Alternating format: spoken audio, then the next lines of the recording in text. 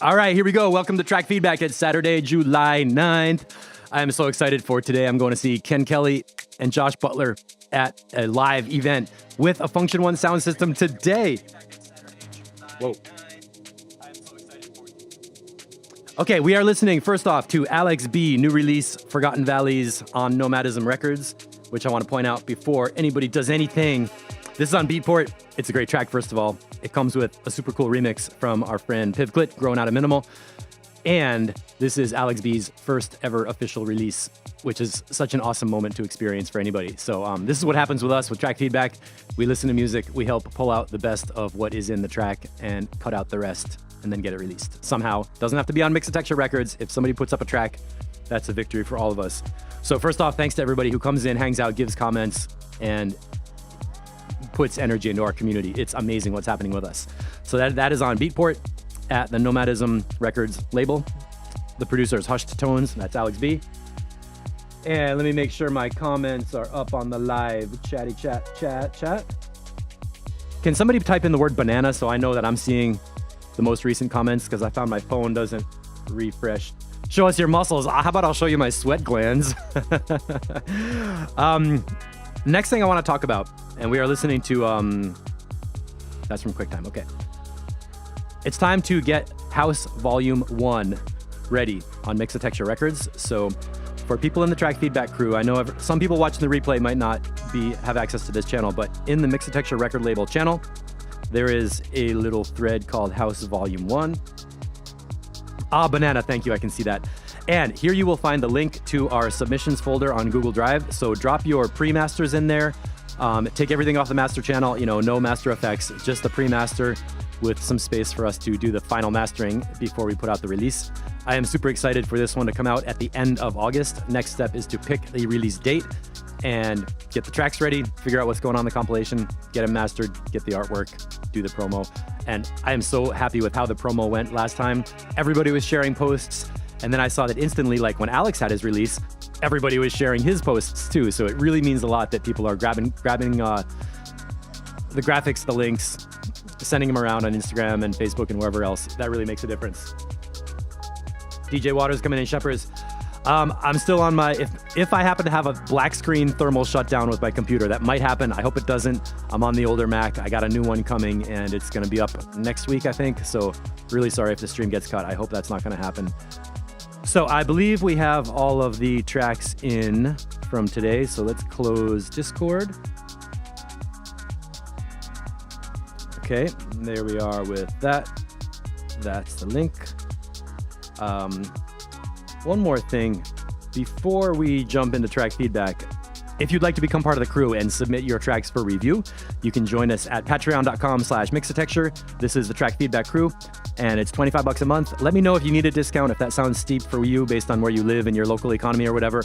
I'm adaptable. And we also have a $3 a month level where, if you get a lot out of watching these streams, picking up tips and tricks, and just learning from the stream, sign up for $3 a month. It makes a difference for me. It helps us keep everything else going at a higher level, and you're absolutely welcome to do that. So that's patreon.com/Mixotexture. Whoa. And we got Jeannie in here. We got Ben Hunt. As always, I hate to press pause on a track, but sometimes that's what has to happen. I'm going to start it off with Ben Hunt this week. Play with my windows a little bit. Let's see what Ben has going on. So the procedure is EQ flat, stereo width is wide. Let's get this up. All right, and happy Saturday. Randy, got your track. Thanks for getting that in. And there's our spectrum. Broadcast level. Whoa. Don't look at that. Don't look at that either. Oh my God, what is going on?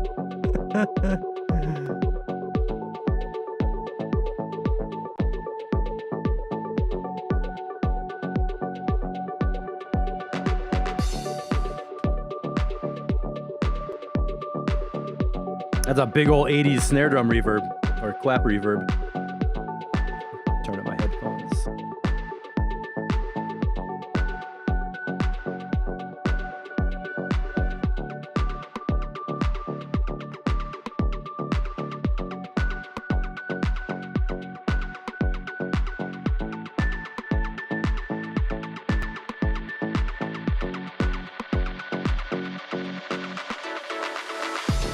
Okay, that little chord stab right there, that swell, I was totally feeling that swell. That little chord stab should be louder. That's a sound that there's plenty of space in the mid-range at this point in the track. If that comes blasting out like really bright on top, I mean, not like too much, but just a bunch louder, it's gonna feel like, wow, something's grabbing me right before the next section.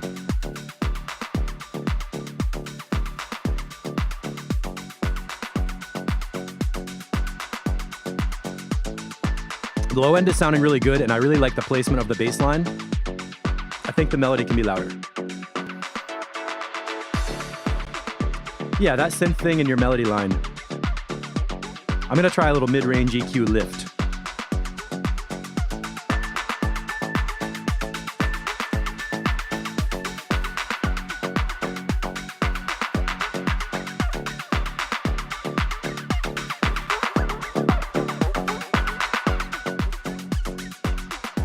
Yeah, the bass line is super bright and big in the mids, and that melody line is a little bit like ducked too far behind it.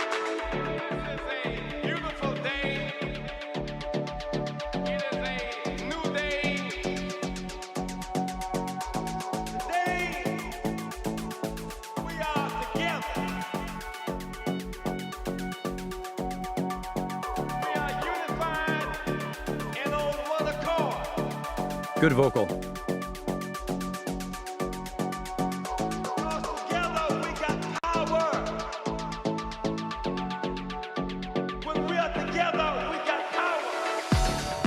Yeah, man, I think the bass line can come down just a little bit. And what I would do is,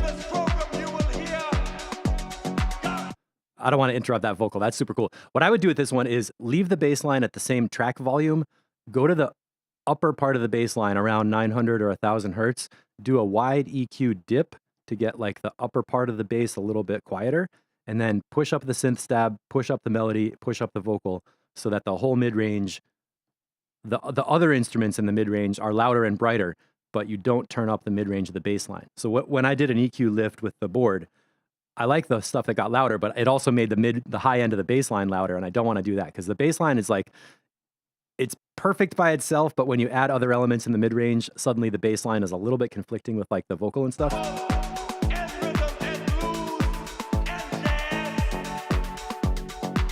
The group.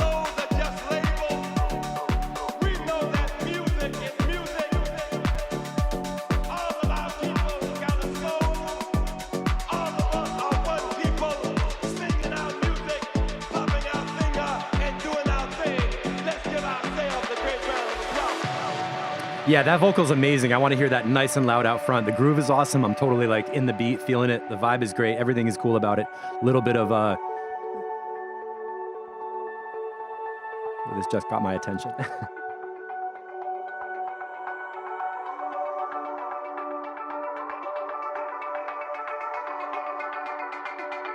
Yeah, all this mid-range stuff is great. This can really be out front a little more in the track.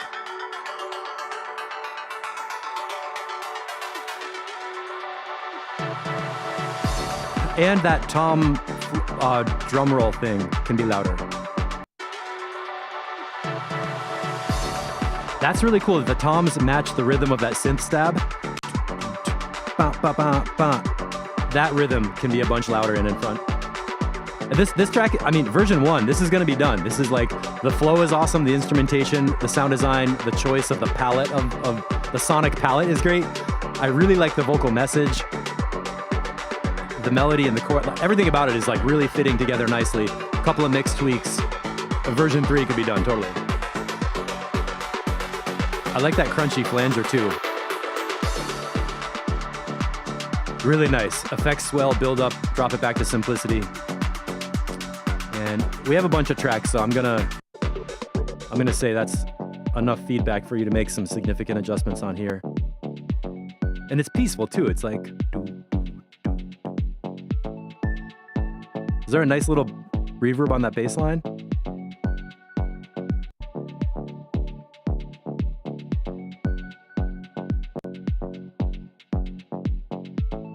I think there's a little tight reverb on that bass line, which is really nice.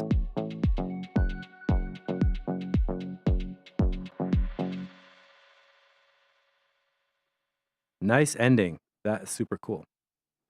All right, good job, Ben. Grab those mix notes, bring it back next week. And Skynet Falls version 2 from Genie Paraverse. Awesome changelog too. Oh, DJ Waters got attempted poisoning, alcohol poisoning. You guys.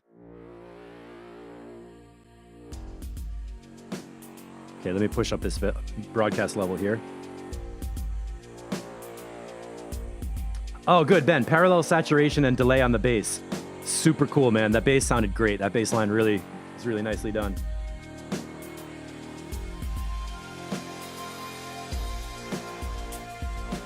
Yeah, Ben, DJ Waters, let's take the track and finish it off once and for all. Jeannie, I'm going to push this up a little more.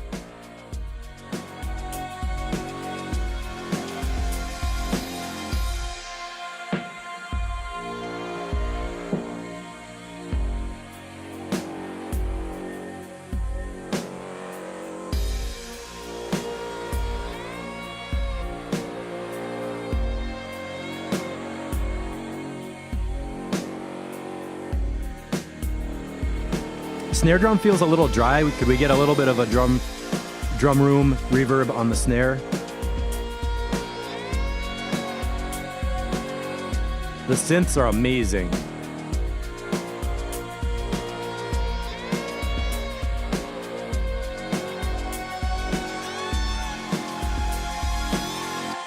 I like that reverse crash cymbal.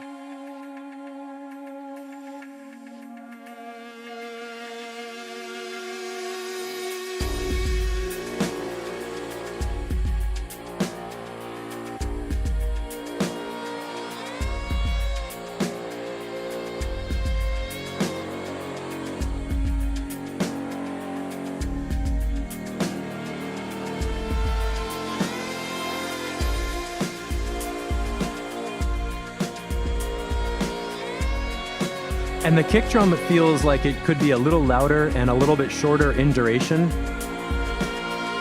It has a bit of a boomy thing. Boom, boom, boom. I can feel the separation between the kick drum and the bass line, which is good. I like that tambourine. I like the drum mix. I think overall the drum mix could be a bit louder. And if you know what I mean, to cut the tail of the kick drum off to make a stubbier kick that's more like buh-buh and not like boom, boom. That would help also, which would allow you to turn the kick drum up louder and not conflict with the bass line.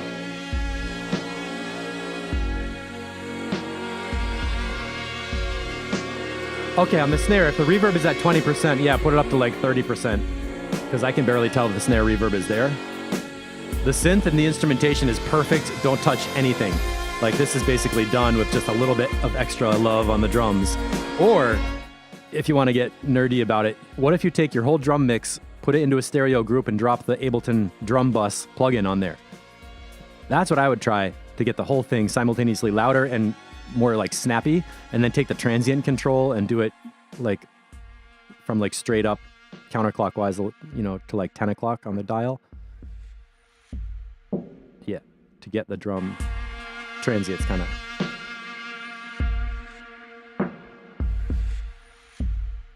Yeah, that kick drum feels kind of like mof mof.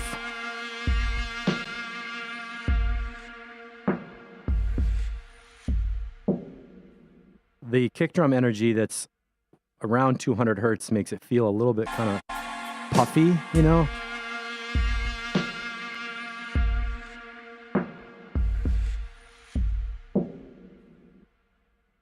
So where was the long 808 layer? Is that... So you added that in the kick drum? I think I might be criticizing that layer. For me, the kick feels like it does have like it's a bit unfocused. It's like not quite loud enough in the mix, and it's also a little bit long. And then the lower mid-range of the kick is like poof, poof. So for me, what I would do is have the kick like short and tight, like buh, buh, buh, buh. And then once in a while, I'll have one of those dive bomb 808s that goes boo, like a super, like, you know, impact, like one of those once in a while. So let us know what you think about the drum bus idea, or just getting the drums overall louder. And relative to the whole entire track, the drum mix, I mean, drums are super important in this music, but the drum mix is a kind of a minor problem to fix. The main thing is that the whole synth world of melody, harmony, arrangement, the feel is amazing. It's like sweeping along and we're just like in the track. So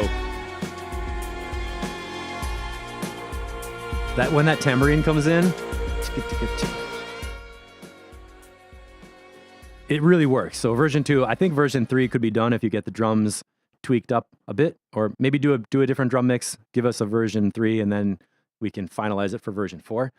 Nice progress, nice changelogs too. And I can tell from the changelog that you're paying attention to details, so I think you'll be able to get this one done pretty soon. Oh, you have a drum rack of 3 layers stacked. Awesome. Okay, DJ Waters in the Lofofora remix.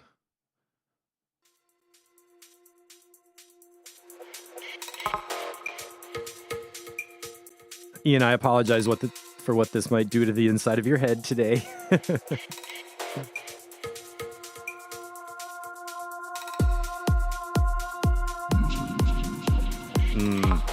Buttery.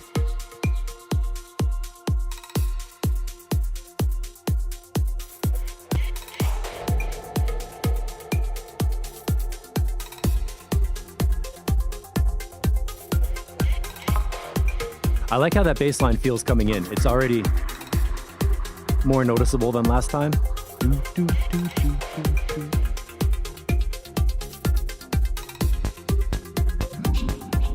Ooh, the layers are coming in nice.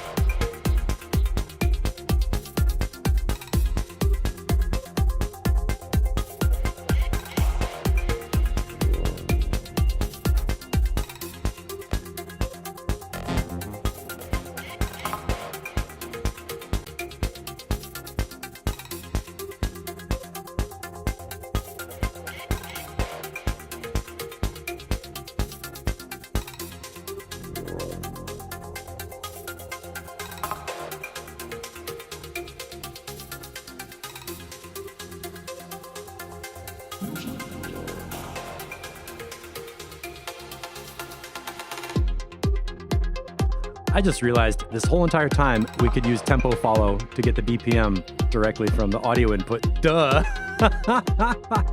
Why did we not do that before?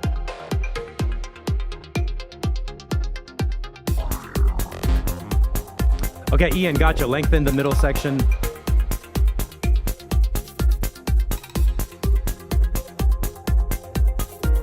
Kick down 3 dB, bass up 1. I'm loving the mix right now. Oh, here comes that piano.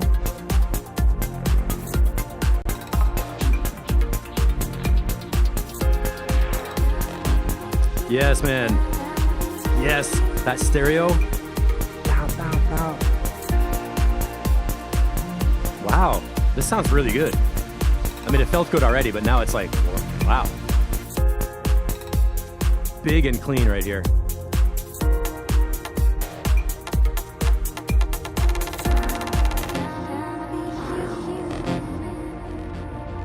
Perfect so far.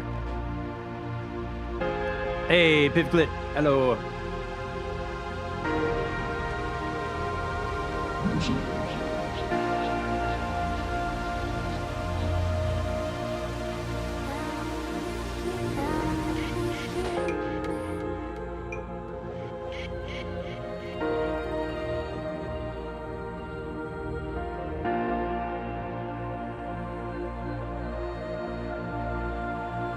That layer.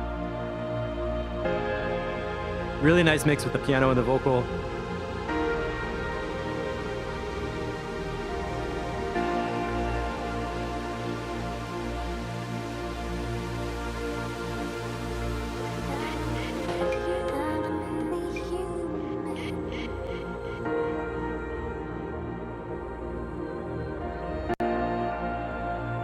That was my system glitch, not the track.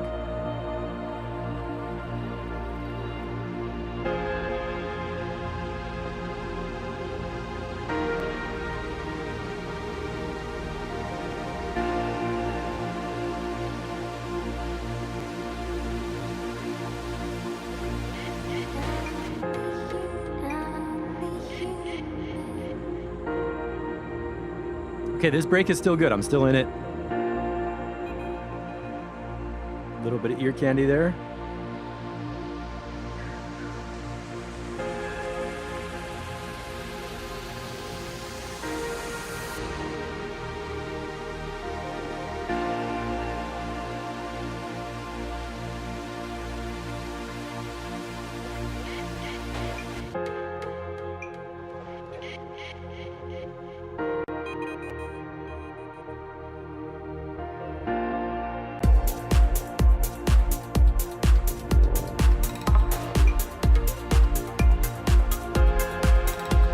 Okay, that works.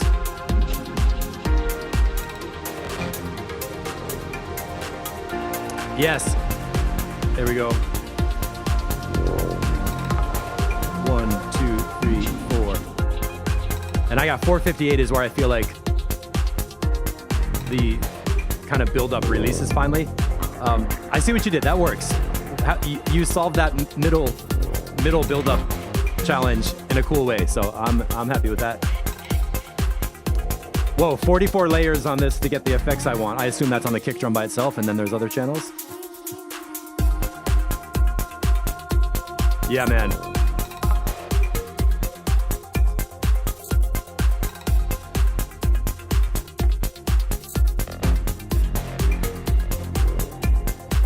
Okay, comment, some sweep saws that are a bit too far in the background. The bass can still be pushed a dB plus up. Make the track a bit warmer. Kick sounds so much better on this version. I thought that as soon as I pressed play, I heard that kick drum and I was like, buttery, pow, done. All right, let's check the ending here. I know this is all good at the ending. So great update, great remix. Really happy to hear the progress on that. And the critical moment was that middle of the track after the long break when we went into the build up, that sweep up section. It came in nice. It was a little unexpected from what I was thinking, but it totally worked. And that's basically what you want music to do, is be a little surprising and also feel good. So let's go to, is Max here? Not sure yet, but Mark Troy remix from Angel's Trumpet. Same from the Grown Out of Minimal EP, which is coming up later this summer, the Plants of the Gods album, and these are the remixes. I'm gonna push this up a little bit.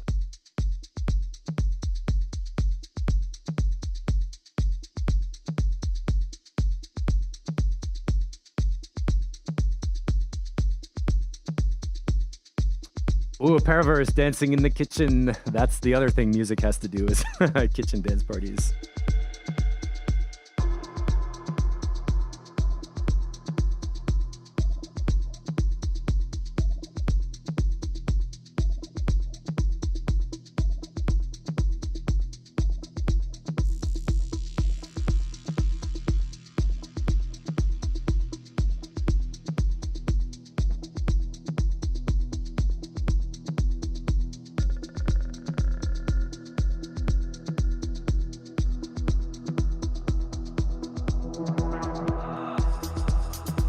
Yes, right here.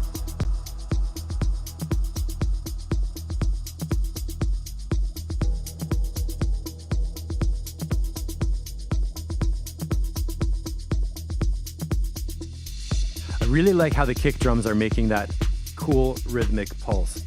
Boom, boom, boom, boom, boom, boom, boom, boom, boom, boom, boom. Yeah, minimal, deep, kind of dark, coming in slow. That means headphones up.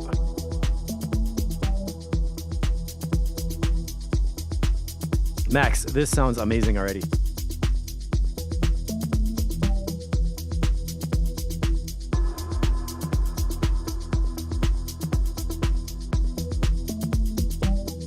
Now that Piv is here, I don't have to give any comments.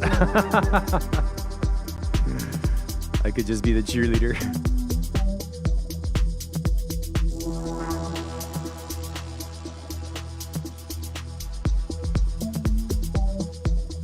Low end sounds great. The percussion has this scratchy kind of texture. It's like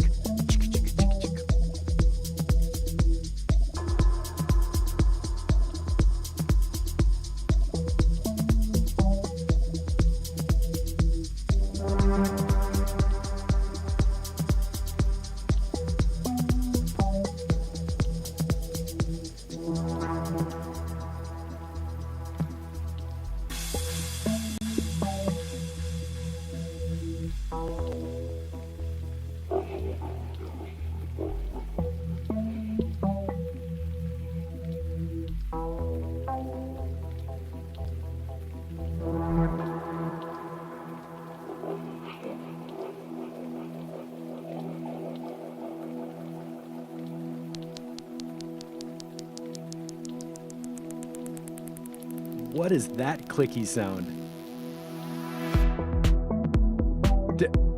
What? Hold on a second. That little click, this.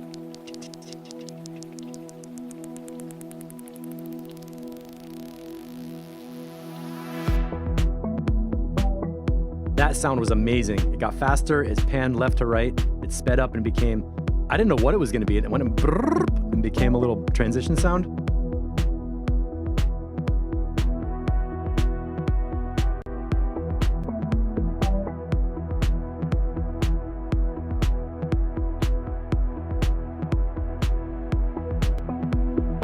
Okay, then right here something comes in. 2, 3, 4. Perfect. That 3 minute 44 percussion layer is just such a perfect structure. Like you feel it, you're ready for something to change, something comes in.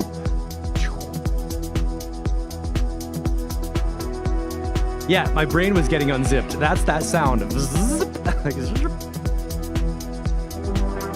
Dude, Max, this is done, I think. I'm not hearing anything I could think of to change or comment on. Yeah, thunder. Ooh, and it comes back a little bit aggressive. I thought, hold on a second. For a second, I thought, oh, okay, we're gonna go into the build down. It's gonna get all ambient and stop, right? Thunder, okay, time for the ending. Everybody chill out, right? Nope.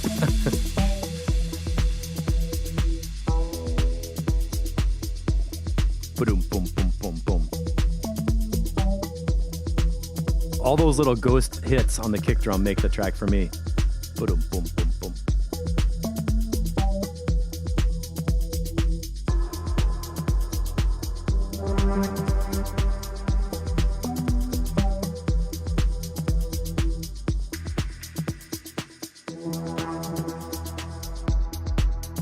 And the mix out section.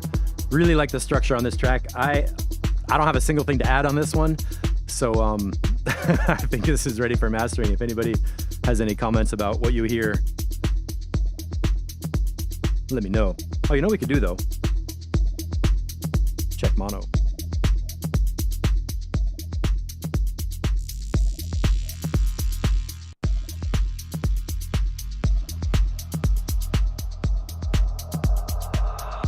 Seems like it works in mono. Yeah, Max.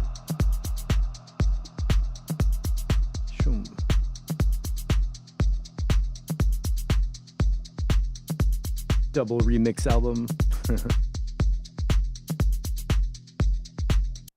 And the whole mix out section, nice and smooth. Really good, beautiful, Max. I don't know if you're watching this or on the replay or anything, but that is a super cool track. Does the original justice, and I think it's done. I cannot think of a single thing to say. So let's keep moving. All right, is Martin here? Morton. And Shepherds, I did not see an update from you.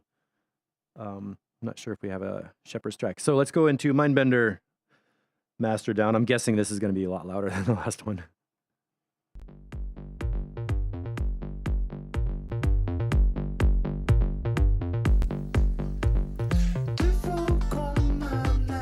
Kicks in right away. And this is some guitar from Mr. Melvis.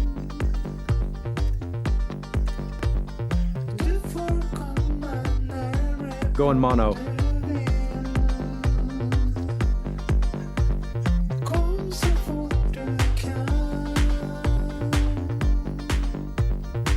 Vocal sounds okay in mono.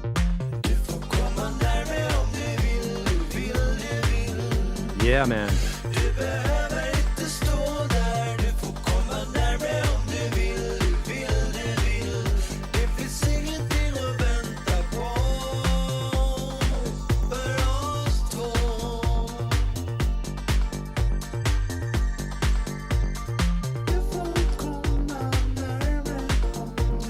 Okay, Shepherds, I would like to play your update if I can. Can somebody send me a SoundCloud message, please? Because I think I missed it on Discord, unfortunately.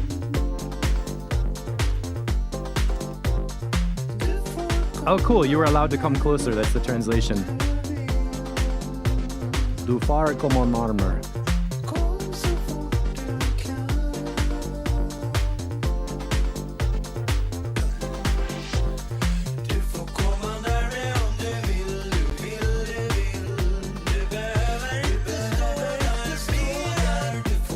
Vocals sound beautiful. Mixes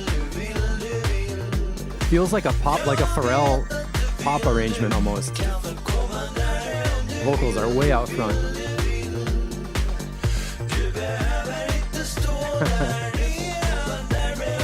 This reminds me of the song Happy.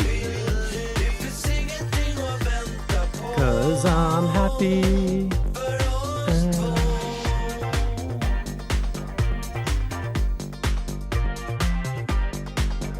Got that Mindbender low end. Instrument mix all in place.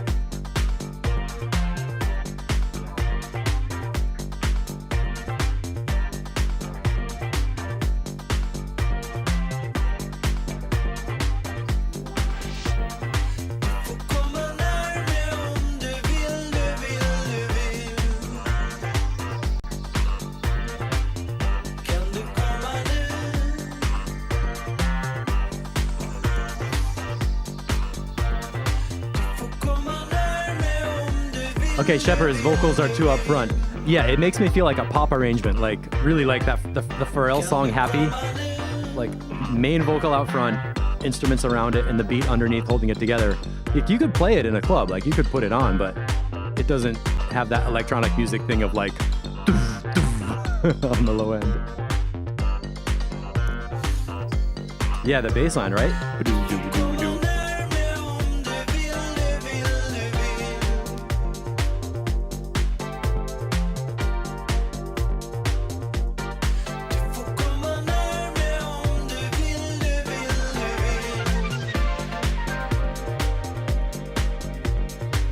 Yeah, and you think that's what he wants. Yeah, to me it sounds like this is intentionally a little bit out from the normal like dark disco acid vibe that Mindbender does, and it works really well. Like all those instruments support the vocal.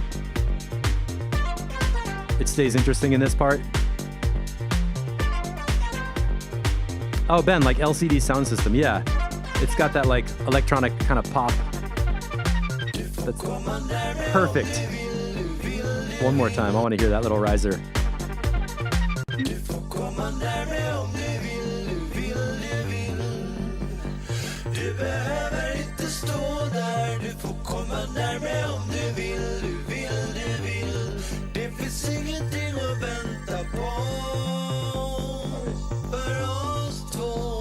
Check this bass line. Check the bass line by itself. Right here.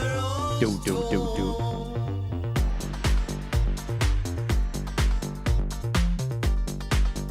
This bass line and kick are mixed so nicely together.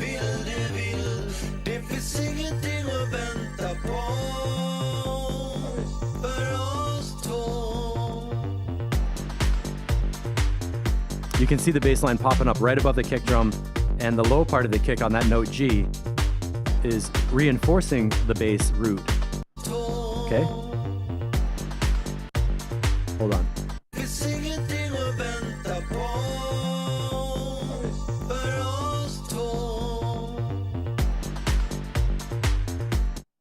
So the root of the bass line is on that note G down here, and the upper harmonics, you can see the note D, which is an octave and a perfect fifth above it. So harmonically, it's like, in the physics of sound, that's a note that's going to be big, and we can hear it popping up above the kick drum. And now the kick and the bass are on the same note. A lot of times people talk about separating your kick drum and your bass line so they're in two different frequencies and they don't overlap. But sometimes it really helps to have the kick drum and the root of the bass note together, so you get that doof, doof, doof, doof, and the kick drum makes the bass feel heavier, which is what's happening here, and it works really, really well. So I just want to point that out.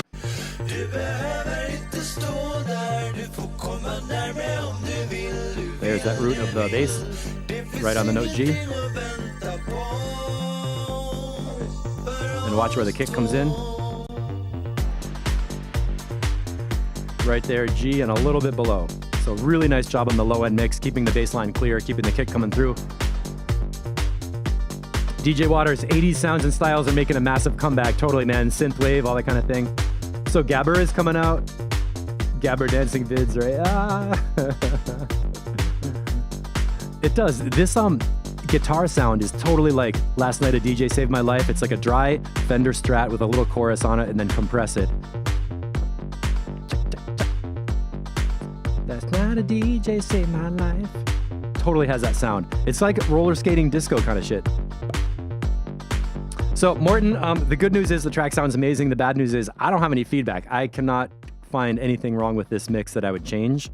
It sounds like you have a very clear mix plan in your mind of where this is going to go. So I'm curious what you did on the master channel to get this ready for version 3. And I think version 3 is done. So put this through mastering and let us know where to get it. Do. DJ Waters, I can't get into this groove, unfortunately. Just not my bag, lovey. Understandable. All right, here comes Jerogi. Woo.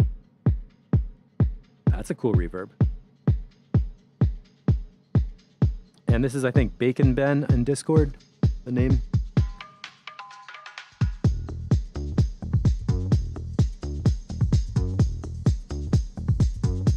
And one more time for anybody who missed it, we are now accepting submissions for House Volume 1 on the Mixotexture record label. You'll find a Google Drive link in Discord. This bass line is cool.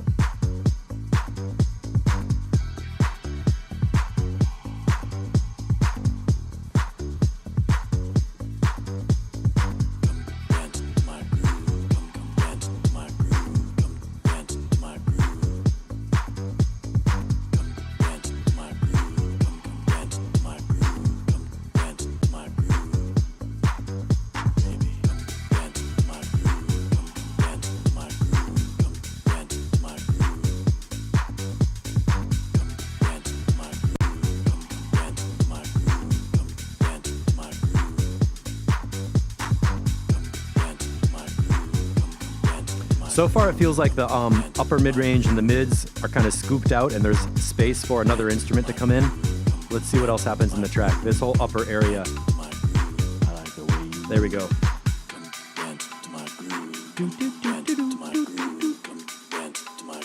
Totally feel the space for a lead coming in right here in this upper area.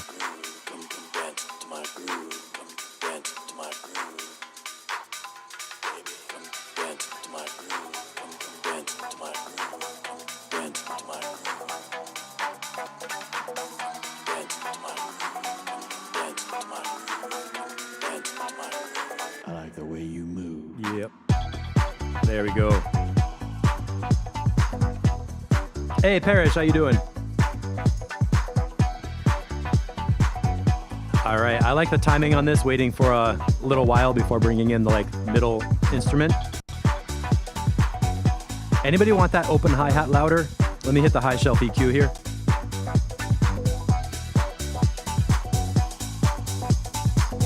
Here's flat and lift.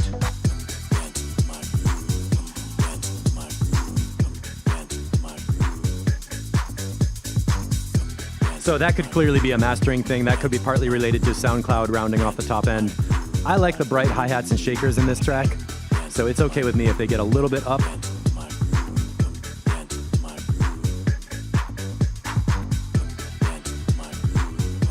And listen to how clear those kick drums are.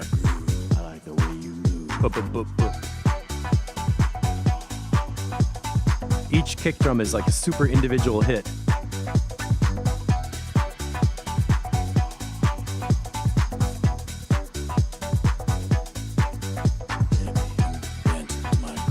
And a cool vocal.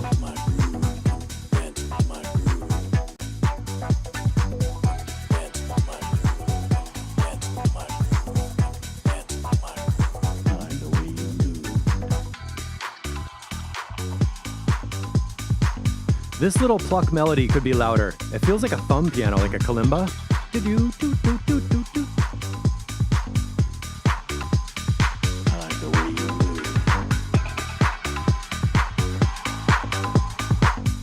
So when I boost the mid-range, I get too much clap, but that little melody instrument could really be louder and out front because the overall mix feels a little bit dark, you know? I like the way you move.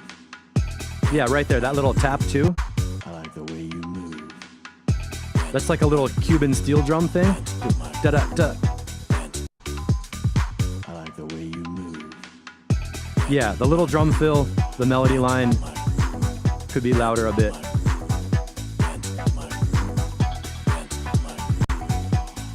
So Piv, good comment. Yeah, opening up the track with some highs, maybe scoop out a little bit below 200. So those are, those are things that you could solve in mastering, but it's much better to get it at the mix level so that we can have more of the melody line without overdoing the clap and have the low end nice and clear. But I gotta say, those kick drums are so individual and lumpy. I wouldn't say the low end is muddy, but you could get a little clarity. And that bass line could use a little bit of more of like a plucky metallic, a little more high frequency on the... Right there, you hear the bass line has like almost like a slap bass kind of a playing. Ba-doop, ba-doop. I like the way you move. Yeah, those kicks. I like the way you move. Yeah. And we got our new phase scope from Max for Cats from Sonic Bloom, which is a free download at sonicbloom.net, I think. I like the way you move.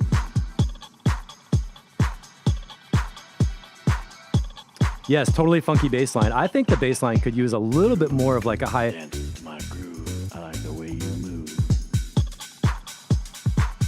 My groove. Come dance into my groove. Come dance. So Ben, I don't know if you have, if it's easy in the bass instrument to just kind of like roll up a low pass filter and get a little more of the mid range in the bass, so we have that kind of like fret noise on a bass guitar, or that slapping attack pluck, like pew, pew, pew, pew.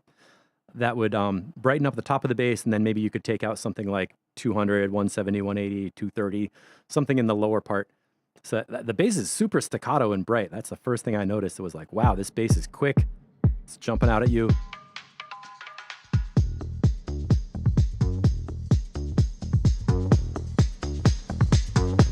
Like right around there.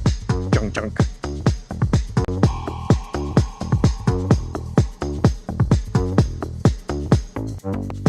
And was that a little reverse beat? What did you just do right there?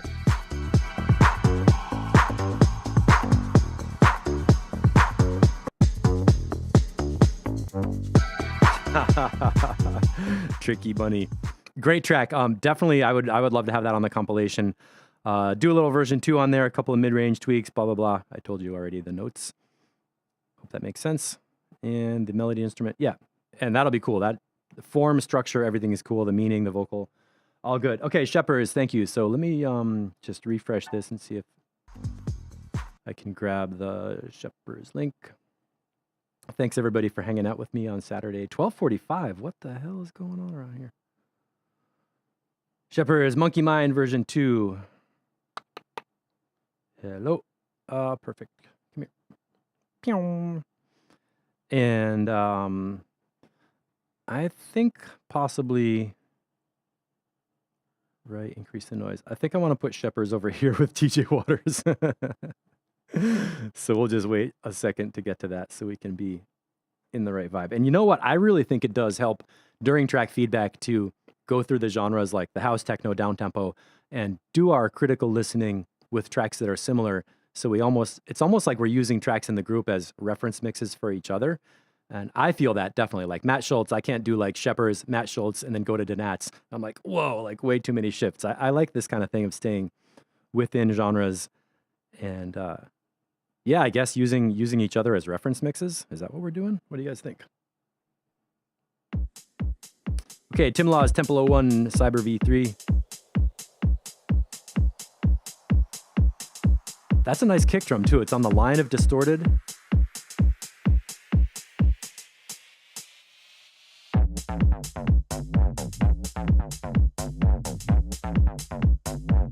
And I cannot see the change log, so if anybody can check the change log and let me know what are the critical updates, and I'll be very happy to have my new machine up soon so I can see these. Oh, right, that crazy voice.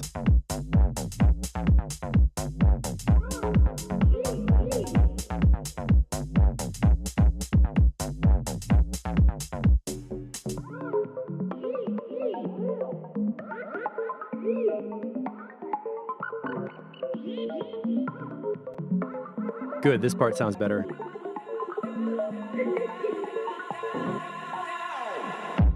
Nice, nice. That's a cracking snare too. It's like papery, right? Those breaks are good too. Those are fun.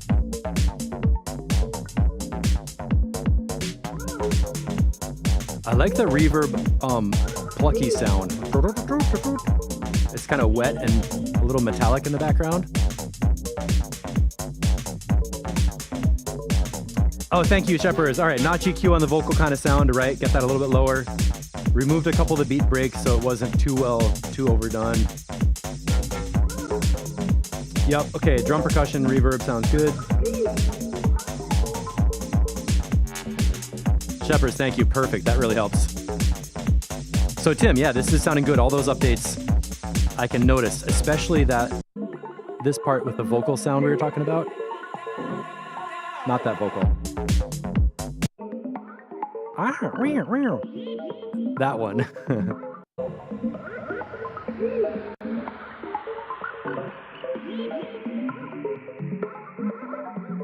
And this sound with the reverb on it.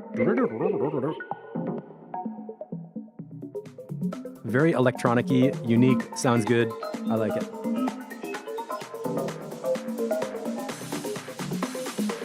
Here we go. Right.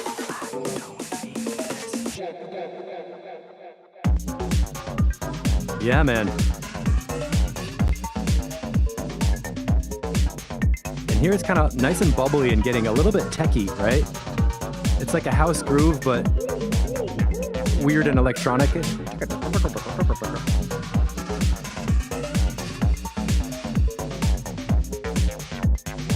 Ooh, get that bass filter opened up. And that vocal? Wait. What was that?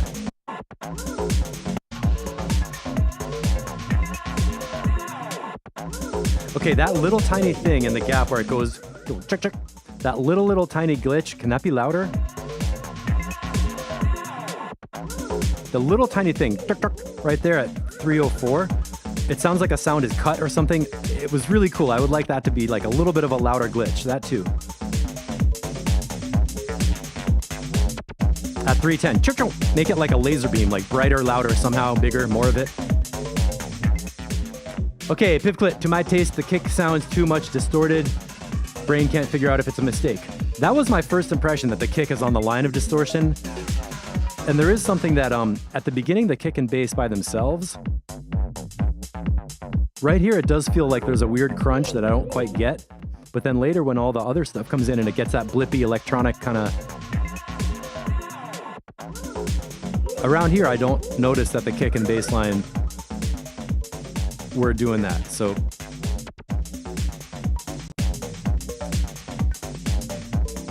Oh, Randy.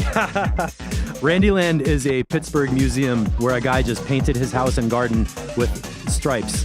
The whole thing, it's like, if you look up Randyland, it's like a bright yellow house with polka dots and stripes and like little toys all over the place. It's fucking crazy. It's awesome. So check it out.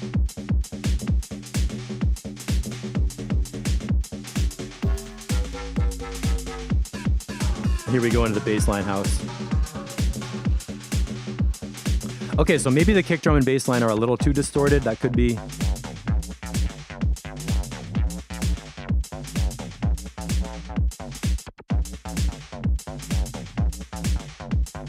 I like the hi-hat swing. Tick, tick, tick.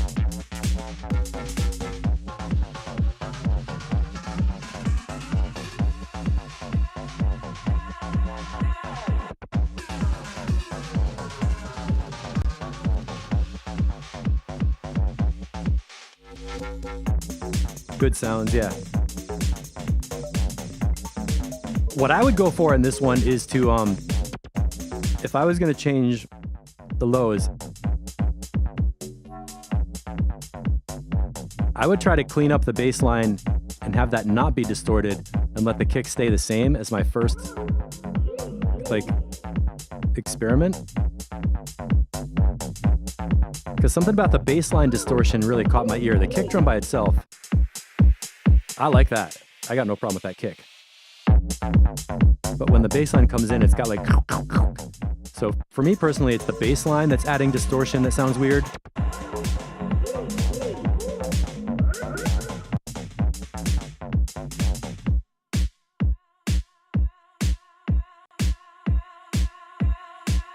If it's loud enough, you need to turn it down a few dBs. Yeah. All right, so some debate on the kick drum distortion and bass line. I'd like to hear. I guess Tim is not here in the chat, but maybe in the comments we could keep that conversation going.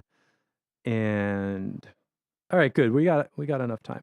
So Randy Adams, this is a brand new one, track called Visible. EQ is back to flat. Stereo wide.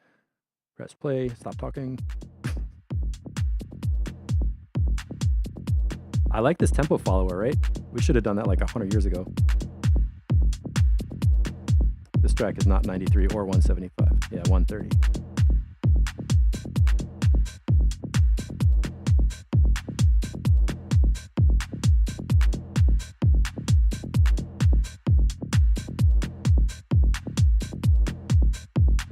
Yeah, Shepard's production technique, if you're having a crisis with your kick drum and you're tweaking it, sometimes it's easier to just replace the sample and just try different kicks and audition them and hear how it sounds.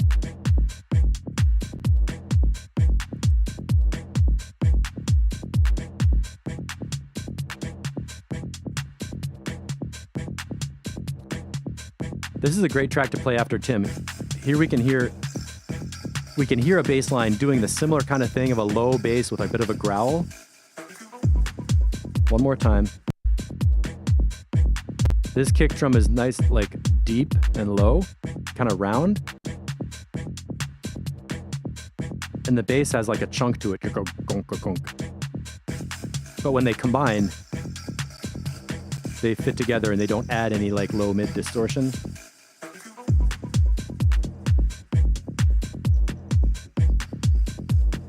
I like how this is like,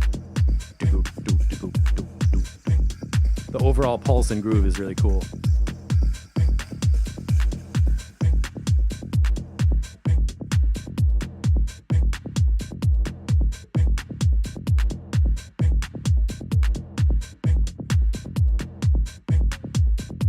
Yeah, if you can upload some kicks that you made in Vital and put them in the sound design channel, that would be awesome.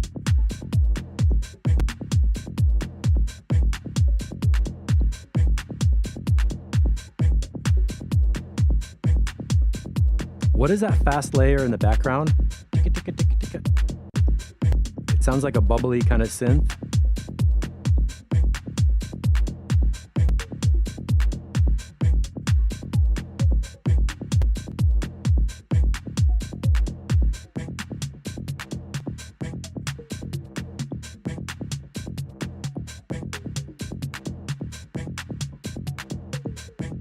Hi, Sarah.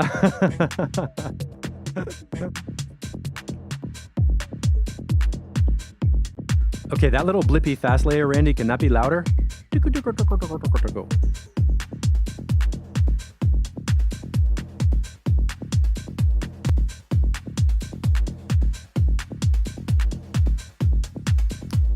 Here we go, some new elements coming in the high mids. Good, good, good. I like that synth a lot.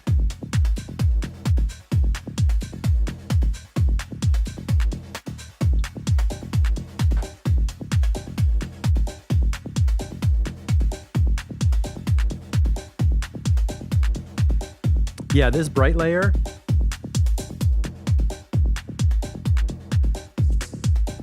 Let me go back to where that sound is coming in. I'm gonna try cutting the lows with a low shelf EQ and raising the volume.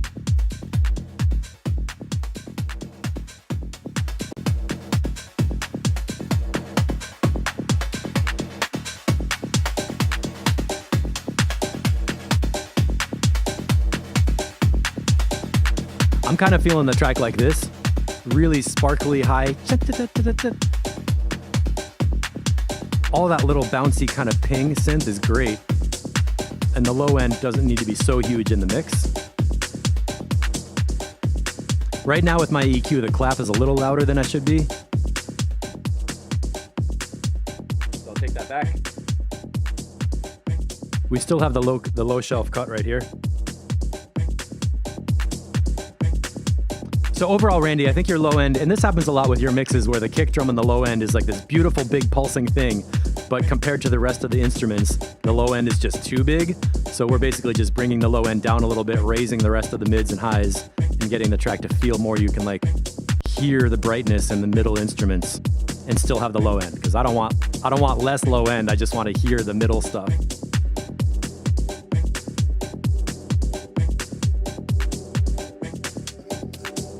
Okay, I'm going back to EQ flat. And that's the normal mix. Well, baby, you can have the bass need to smack your face. I just want the middle too. Oh, cool. I like where this is going.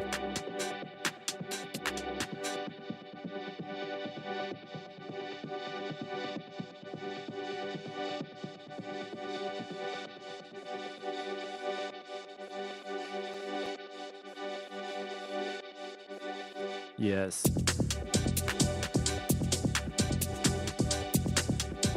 I like that bass line so much. Doot, doot, doot.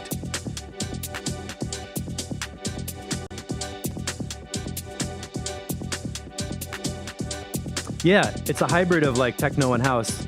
It's on that line of like dark and deep and has a bounce. The percussion is kind of housey with the open hi-hat thing. But for me, techno has like a 1 bar loop, right? 3, 4, 1, 2, 3, 4,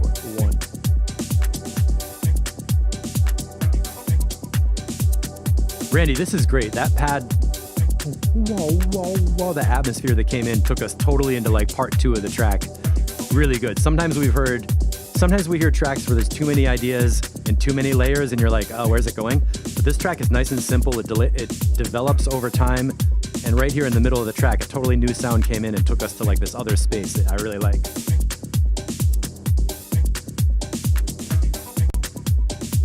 What is that vocal?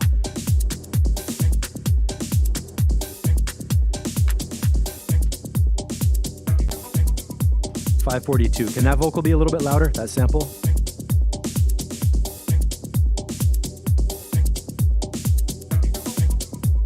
Yeah, that vocal thing is cool. That'll be a good impact.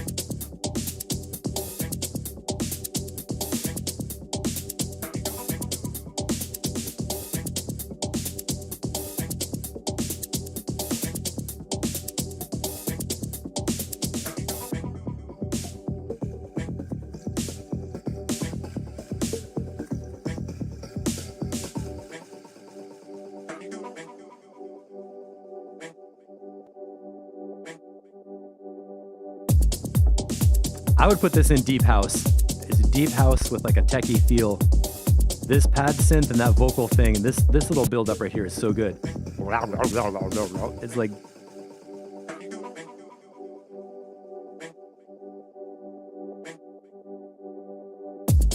perfect. Really interesting too. I like how this flows.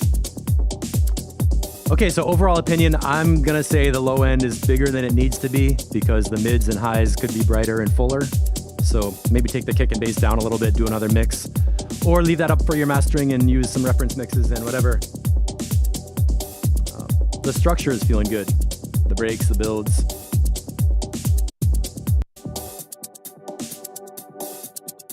Okay, Shepard, so the structure is, break length is better. First one was a touch too long. Yeah. Maybe you could cut the snare out right here. Ooh, sorry. Yeah, that's a nice sound. That's a total deep house pad. All right, Randy, that is sounding good. And I think that was version 1, is that right? So a couple notes and, I mean, all your tracks are like playable on day 1, but a couple of things to make that a little bit better. Okay, Envelope Follower, version 1, 18 hours ago. The track was born.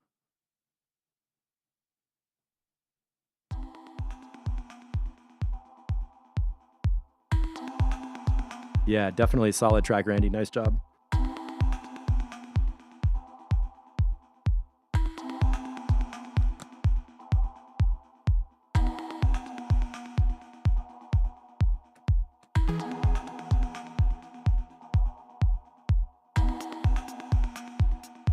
That was just one synth and tweaking parameters. That sounded great.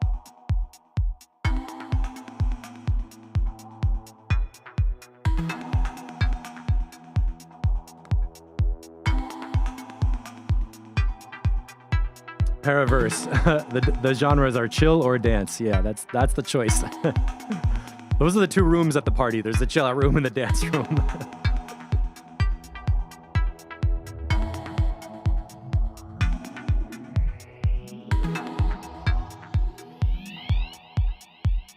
I like those synth sounds.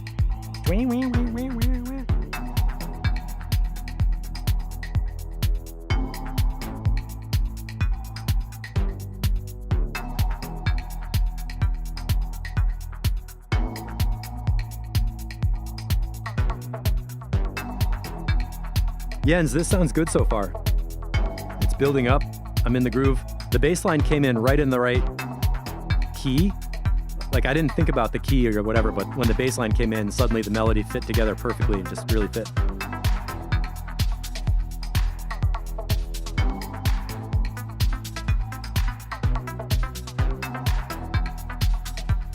For me, for genres, I think of basically BPM and what tracks can fit together in a mix set, and then how do they feel. So when you get into the question of house, minimal, tech, techno, tech house, melodic techno, deep house, like all those things are just colors and tones and feelings with some characteristic sounds. And sometimes it's just marketing where people make up a new genre because it gets attention and they can like sell records with that word or whatever.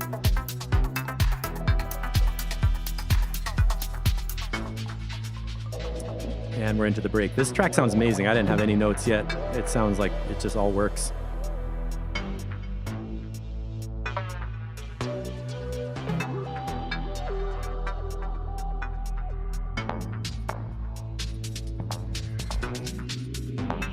I like that breakbeat loop, the snare taps. Ooh.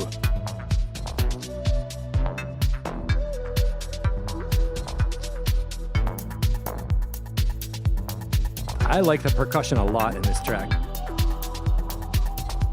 That little breakbeat. I'm gonna take the bass up a little bit.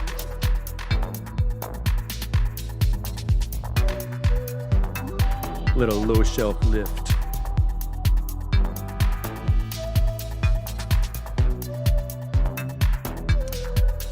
And in contrast to Randy's track, this one, the mid-range and the highs are so bright and plinky. There is space for the low end to be bigger.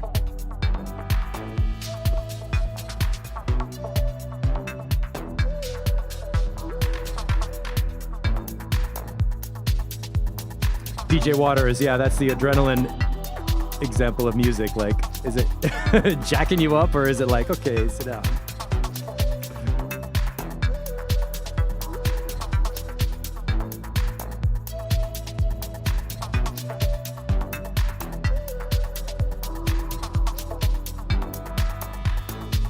Nice synth work.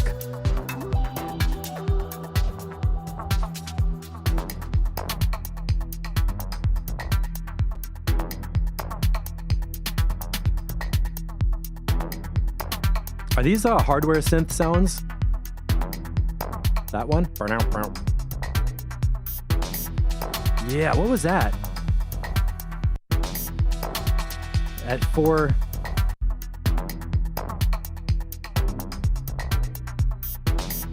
421, that was great. Sounded like a little insect. Yeah, Shepherds, the organic feel. That was kind of, when I asked if these are hardware sounds, it does feel like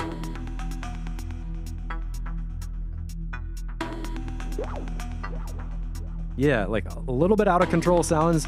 I'm feeling like there's a dynamic range too, that the whole instrument and synth group could use some compression. And by the way, Genie, right there at 449 was a bass dive bomb. It goes boop.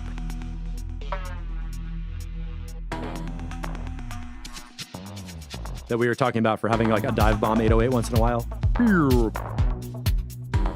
Yeah, it's a mix of digital and analog. Yeah. It does sound great. I think this one's ready for like a pre-master mix. A bit of compression on some of the synths as an overall group. And I know I talk about groups all the time, but seriously, putting all the instruments, the mid-range instruments into a group and getting some of like a glue compression thing going on there so we can hear all of them, and the really loud, like spiky ones are just controlled a little bit, not to change the transients, not to change the character of it too much, but just to kind of level the overall group as a unit, which is basically part of the mastering process. You could achieve that with multi-band compression, or you could do it in the mix with isolating the instruments and doing it there. I'm feeling it, and the flow too, right? We're like 5.5 minutes in here, still totally in the groove. Nice effects, the delays, the reverbs.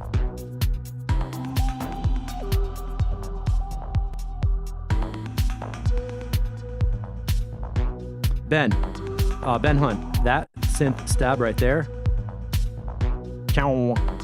That's what I was feeling in your track that we were talking about, a synth pluck, I think. Like just once, real bright, and then it backs away and makes space for other stuff. I like that mixed presentation. What, Dive Bomb 808? I thought that's what they were called. I didn't make that up. Yeah, Jens, this track is awesome, man. It's version 1. I don't really have much advice except for the obvious, which is just, it's going to be good for mastering. And oh, and then I said, maybe a little low-end EQ boost kind of deal.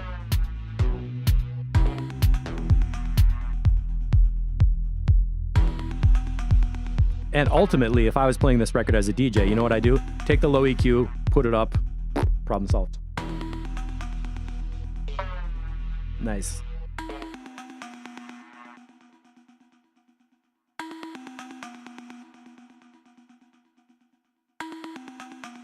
That's a cool sound to end with. Yeah, Shepherds, it is difficult to give comments today because all these tracks are so good. But Jens, I want to say an improvement that I'm hearing is that some of the tracks we heard from you in the past, the electronic elements were so plinky that they were like chirping. Or if you imagine taking like two pieces of glass, like two coffee cups, and clinking them together, like tink, tink, tink, tink, that kind of really resonant spike. There was sometimes in the past, there was like too much of that. But this track is really smooth. It's like super easy to listen to. And the high frequency parts of the pure electronicness, it doesn't overlap and get too much, you know what I mean? It's just really like listenable. So good job on the sound design. Mix is beautiful. We can debate the low end or whatever, but check it out with your mastering. And yeah, the comments are beginning to be more personal taste instead of like fundamental errors or something. So now this is going to be fun. We got 2 tracks in a row, Levy Mudhouse with Hope, and then the original. Oh wait, the original and then a remix. Let's do the original and then the Grown Outta Minimal remix and see what it sounds like. EQ is flat, stereo width, Ice Cube's melting, Saturday. Oh, Mike, good. I got your track in for later. And remember, please, Michael, when you post in Discord, type the A circle and put track feedback crew to make sure your update everybody in the crew gets tagged about your update, and then they'll see it in Discord. Housekeeping. Dude, I know. Feedback on Facebook in the beginning, it was like we were trying to talk about music theory at a basic level, or like people would have just wildly inconsistent music. We were like, what are you trying to do?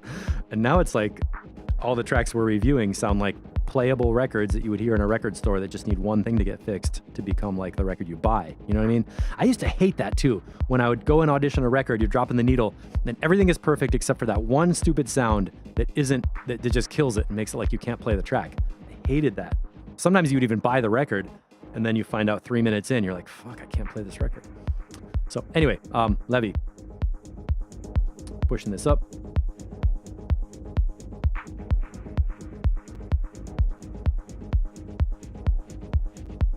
And Mike, is your name Bercelli? Am I saying that right?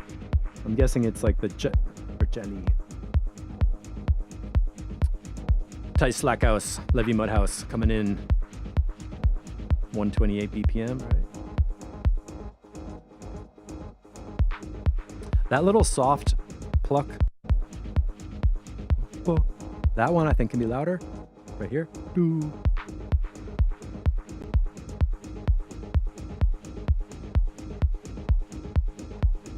Oh, Berzelli? You pronounce it like Berzelli? Okay, I want to get that right.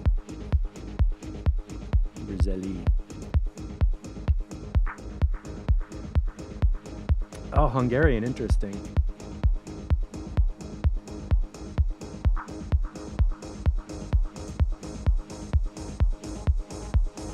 This track is growing. Clap a little bit louder. The dry clap louder and the clap reverb lower. Because it's like...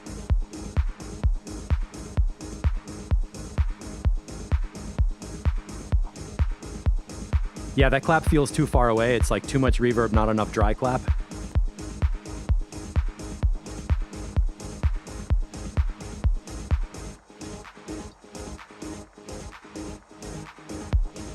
Yeah, man. Oh, yeah, and thank you, Magnus Asberg. We'll check him out. I think I agree. The kick a bit lower. I'm feeling the same thing of like in Randy's track where I like the way it feels, but the mid-range and the high end has some detail that we're not getting. Let's see where it goes in the breakdown.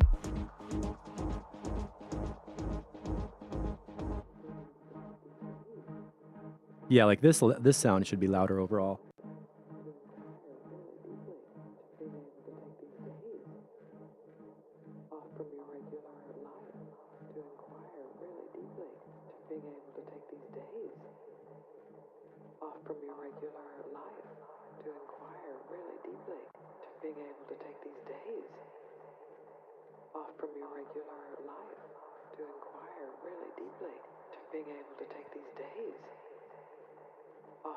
All this stuff needs to be louder.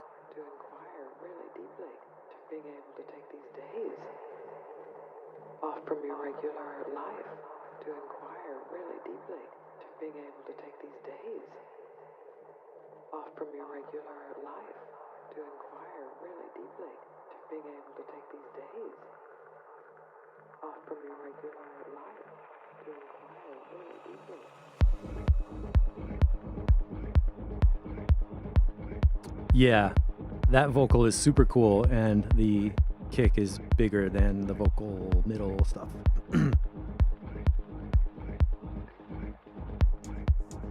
Okay, taking the low shelf down.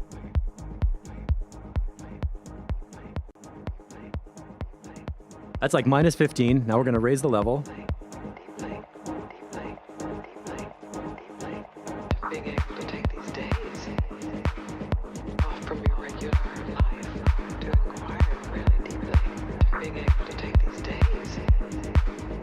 And now that's just like minus 3 dB at 60 hertz with a low shelf EQ.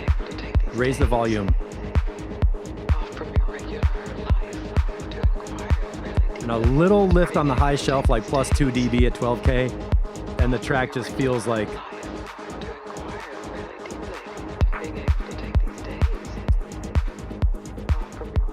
I love the repetitive vocal and the feeling of like dun, dun, dun, dun, dun, dun, dun, dun, dun, dun, that galloping feel.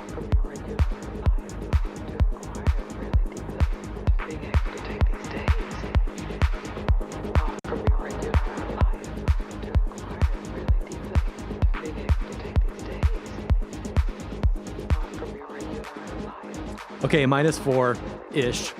My board is like in decibel units of 3, so you know. Ooh, Jens, good comment. Waiting for the filter to open on the synth, right?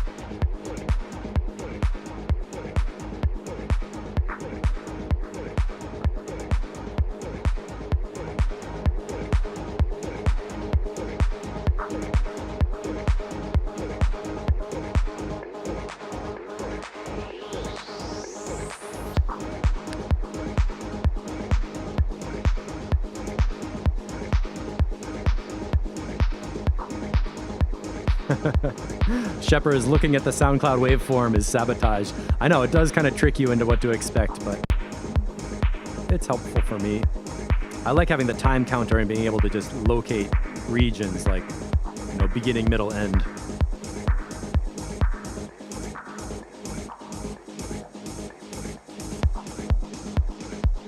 Okay, so Levi, basically like, you know, kick drum down a bit and definitely get the vocal sample and the pad synth, this one, boo, up louder. Boo, boo. dry clap louder, clap reverb down a little bit. Subtle mix tweaks are gonna make a big difference to just open up the whole track and make it feel like done, you know? Those are good effects.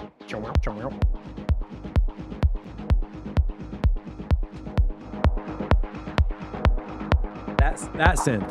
Ooh.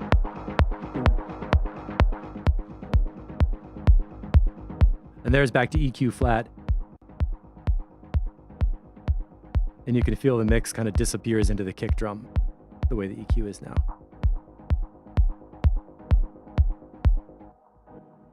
That sound.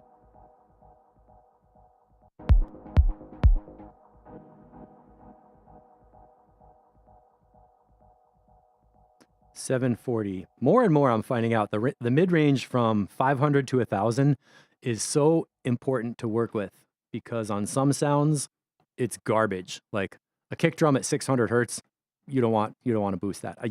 There are very few rules in music where I say you can do this every time, but I'm telling you, you can go to the kick drum every time at 600 hertz and dip it down, and it's always going to help. I mean, sometimes you might not notice it as much, but like anytime you're miking a kick drum or doing a kick drum that has body and tone, that 600 region is like disgusting. But on bass lines, depending on what key you're in, from 600 to 1,000 can be like the main tone of that, like the pitch and the note of the voice, like we were talking about, that fret noise and the pluck and like the sound of what the bass is doing rather than the sub D part. And then with synth pads and everything, sometimes 750 or 800 is just this great, really cool, thick layer that you want more of. And other times you're like, ooh, get rid of that. It's really interesting. So Jens, if I was to digest something, it would be super cool if the whole track is built like a long opening on that stab synth. So basically the stab synth having the filters, the low pass filter open up more and get brighter. Could be. Anyway, that track is beautiful. Let's go to, before I close that window, let's go to the Grown Out of Minimal remix and see what happens. And my EQ is flat. Yes. I'll balance my stereo field for you too. How's that?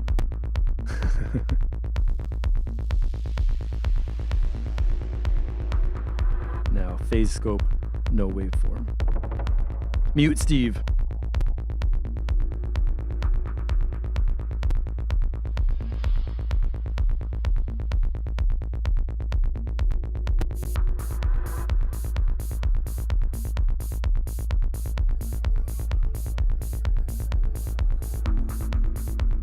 Oh, sorry, Den remix. I said the wrong word. Yeah.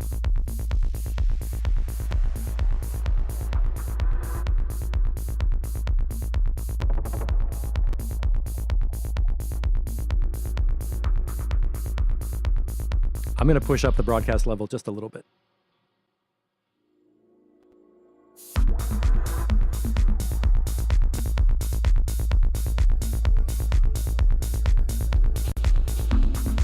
I like that clap snare a lot. It's really wide. Want to check mono? Stereo.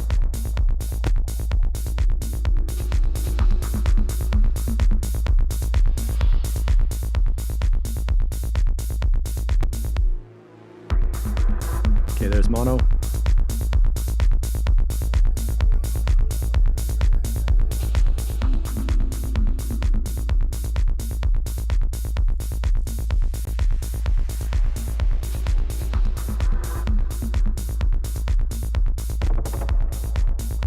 Good ear candy.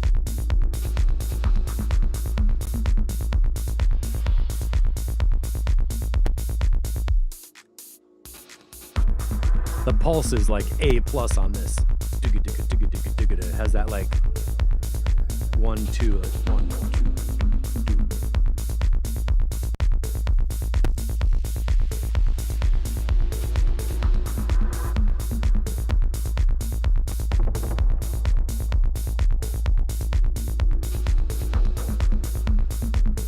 Okay, these two sounds that I'm gonna say are like a little tom or like a conga slap.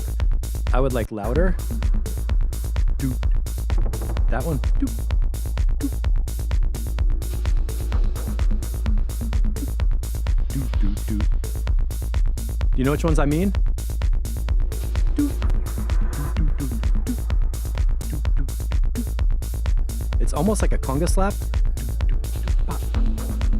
Those could be just a little bit louder. That sound right there at 440.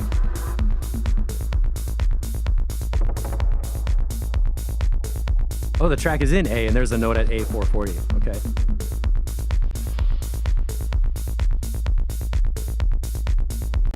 And the A220. Cool. These. That's exactly what I was hoping would get louder.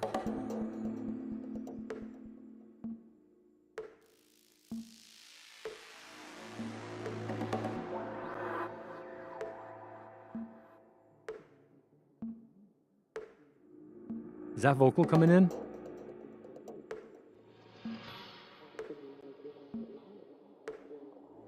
Conga plus Vital, gotcha, yeah. Shepard's hi-hat too much?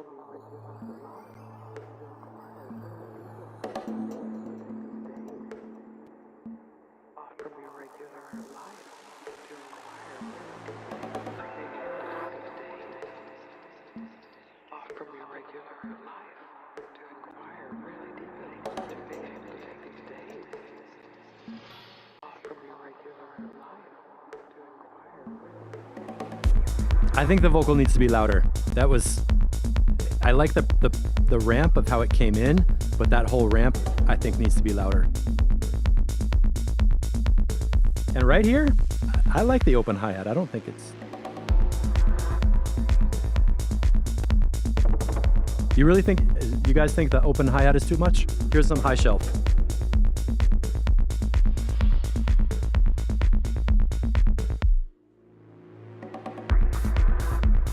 I agree the mix still feels good with the high shelf EQ down. So maybe it's a little too bright. Yeah, the spectrum is showing a lot up at like 10K up till 13. The sizzle on the hi-hats. Yeah. And for anybody who's into learning about EQ, that's an example where I'm agreeing to turn the hi-hat down, but I would not do it with volume on the channel. I would go to that upper air band around 12K and use some EQ to like dip out some frequencies to lower the volume of just that really sizzly part, which will make it feel quieter in the mix without using the volume fader to do it.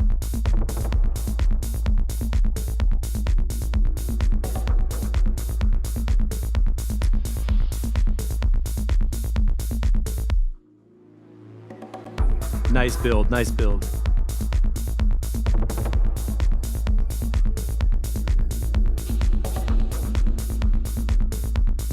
Okay, now I'm waiting for something to happen.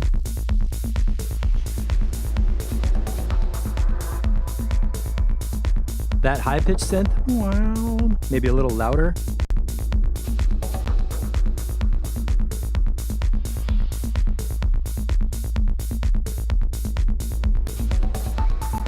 There we go. Beep, beep, beep, beep.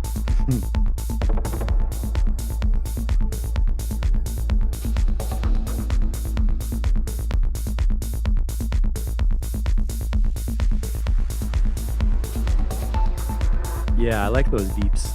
Beep, beep, beep.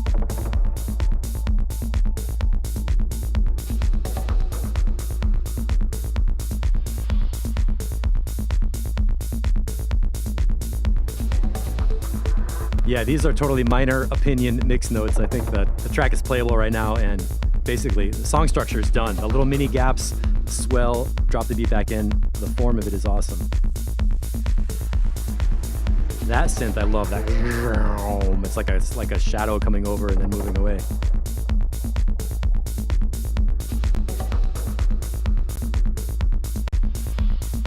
Okay,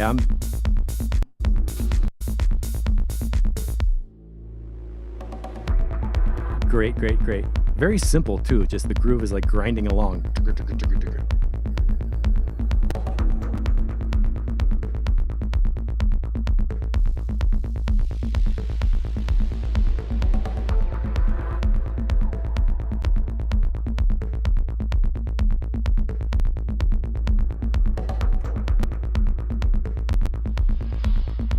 I don't think I have any other mix notes. There we go.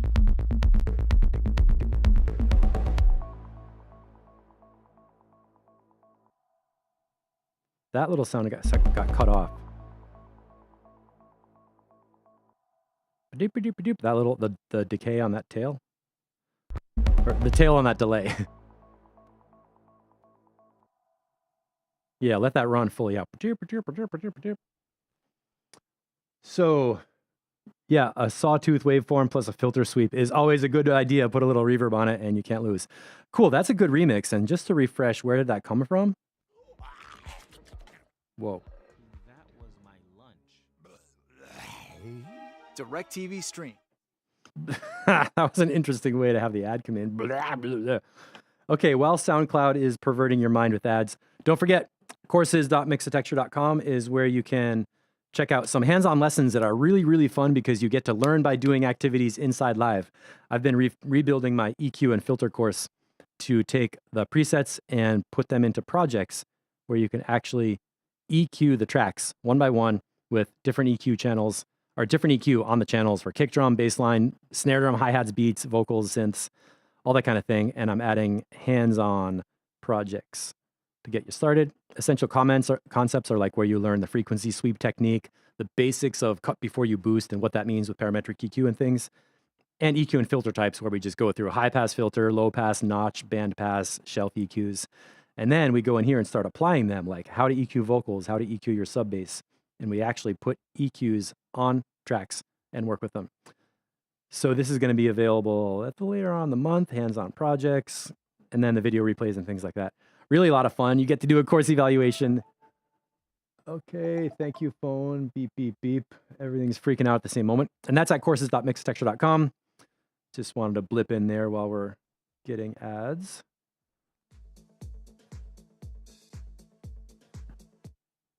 And I want to just refresh on what the original sounds like. So this is where we came from.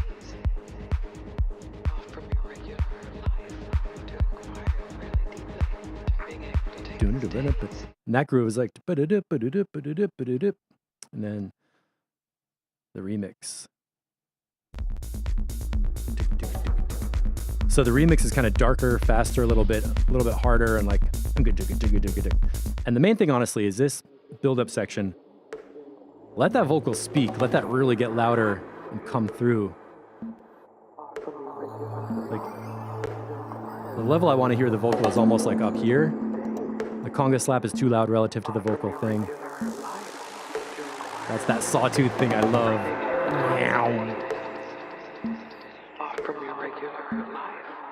Now watch out, this is going to drop crazy loud.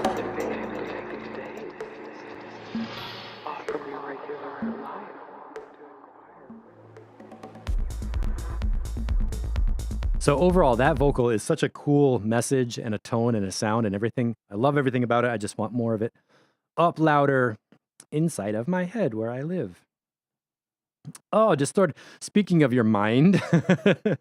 Okay, EQ's flat. We got 130. Looks like we have just enough time to finish these tracks. Choom.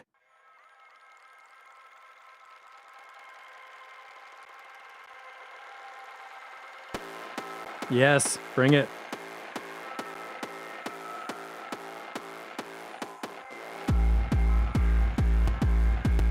I like this tempo follower. We're gonna keep doing that. Yeah, Piv, that track is beautiful. The mix is so nice. Tiny, tiny details, and it's done.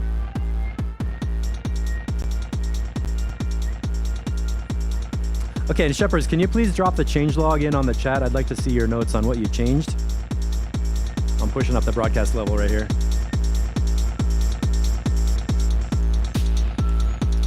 Did you read my mind? Mostly worked on the tonal balance and just telling us what.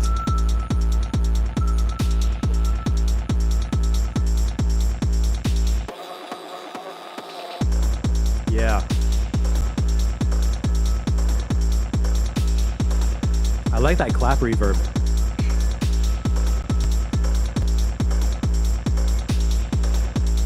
Oh wow, I didn't notice that there's less buzz on the kick. I still like the kick, so that's good.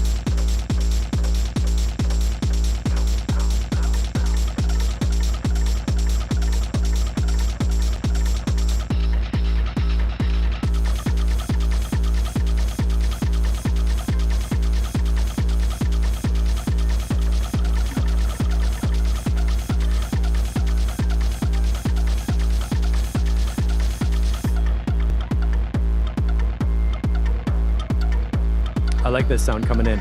Yeah.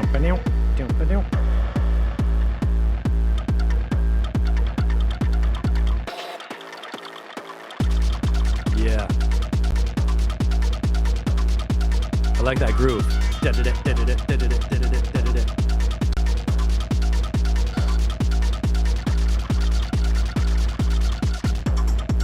Yes. Where's Oliver? Where's OSP today?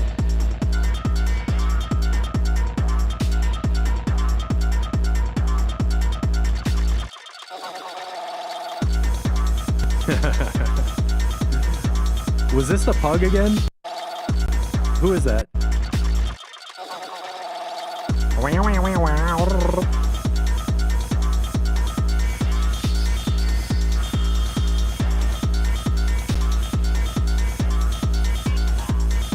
Yes, it has drive as a track, it keeps pulsing, sounds awesome. I think Monkey Mind is almost done. I just want to play with a little bass EQ right here.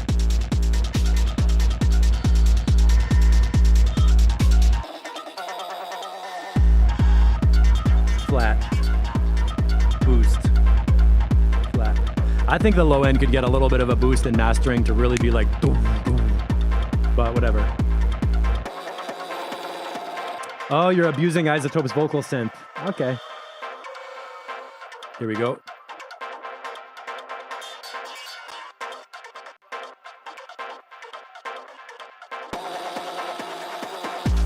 Yes, bringing it back in. Yeah, the glitchy breaks are cool. Sound design is epic on this. It's all just like kunk.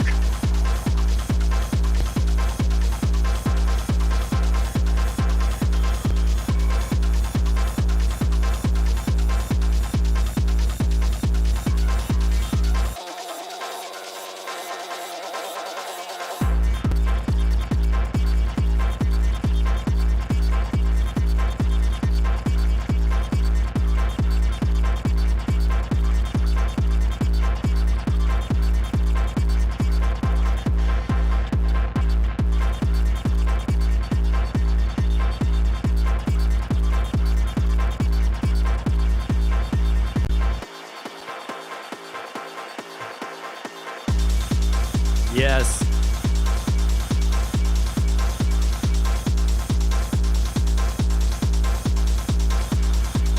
Shepherds, I think the big D is in your future on this one. I don't have any notes.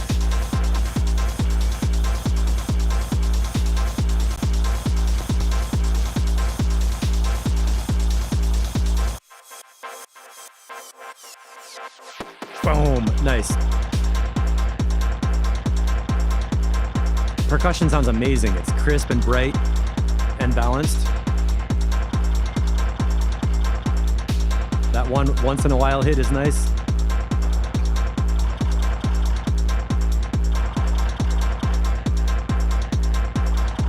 I like that sound that's like a chatter. Chow, chow, chow, chow. That one.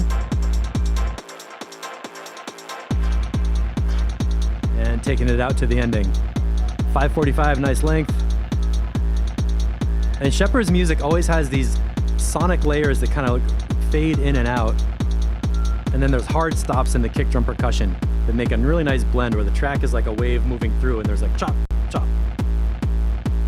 Right here. Right here. I'm turning this up.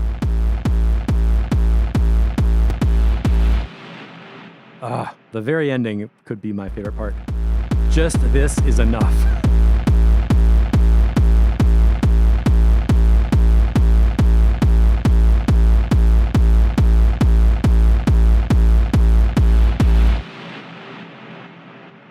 I mean, I could listen to that. I couldn't listen to that all day, but a good part of the day.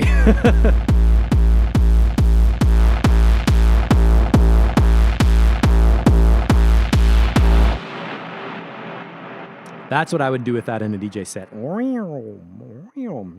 And what I just did, you probably know already, but took my mid-range EQ, boosted it up, swept the frequency up and down a little bit so there was a boost going just to play with that. As a performer, that's how I would use that track in a live set when mixing it out. So you have a new track coming in with a new kick drum, the track that's fading out, cut the bass and take the mids and go just to like draw attention to the one that's ending.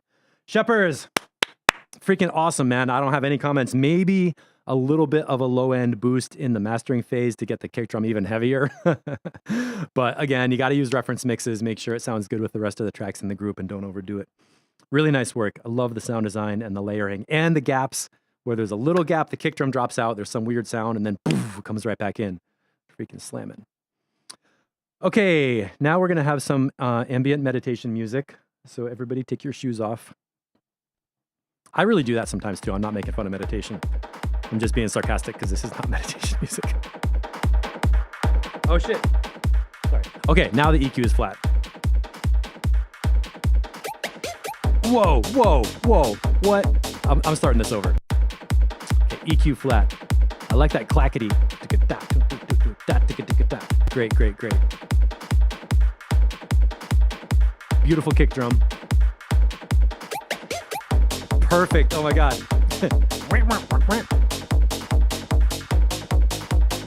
Okay, DJ Water has got all the sounds in place, a little more EQ work, and transitions to polish. This is a busy little track, man. It's like...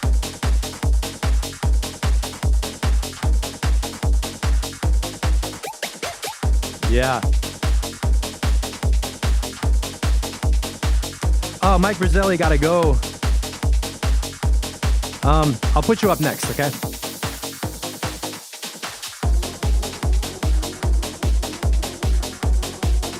And Mike, we'll give you some feedback that I hope you can grab in the replay. If you ever have to leave early, you could always come into the chat and say, hey, I gotta leave at 1:30. Can you play my track? And we'll bump you up sooner because I want you to hear comments live.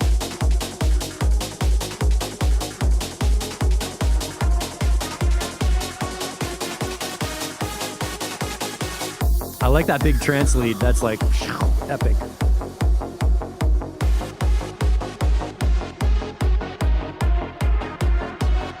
And that kick drum is like...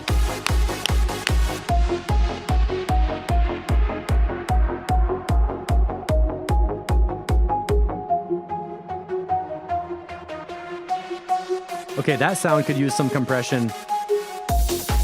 That lead.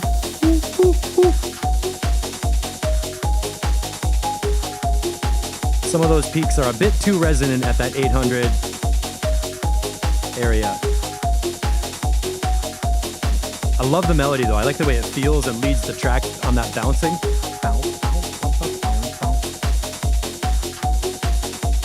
I don't know if my ears are getting fatigued. Again, I feel like I want a little more low end on here and the mids are like relatively bright compared to the lows.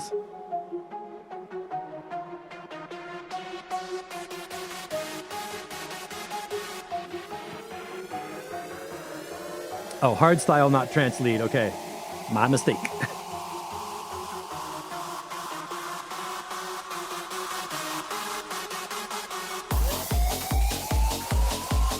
Let me come up with some low EQ. I think that sounds nice. A little more on the bottom.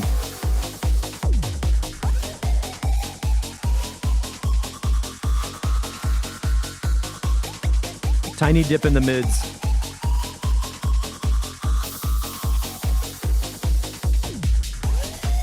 Oh, and Ian, congratulations on having your track, A Glimpse of the Future, that somebody was playing it. You mentioned that in Discord. That's awesome. At your local... Yeah. Sorry, I'm getting sucked into the music again.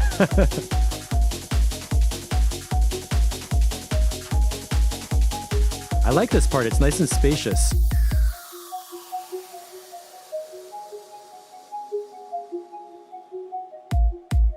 Yeah.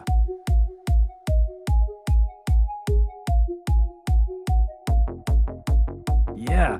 Listen to the separation in those elements. Kick, lead, and bass.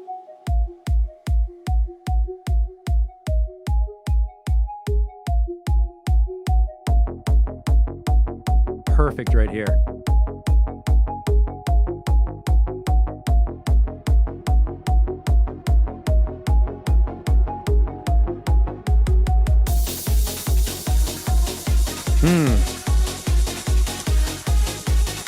Coming back.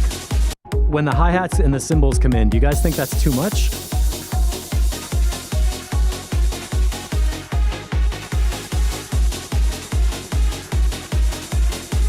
Maybe those cymbals and the drums, the high frequency of the drums might be a little bit too bright.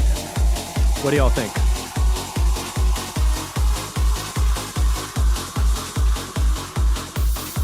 Okay, I see your comment. You only want arrangement feedback. Arrangement is working for sure. I'm totally in the flow. Nice. Ah, shit.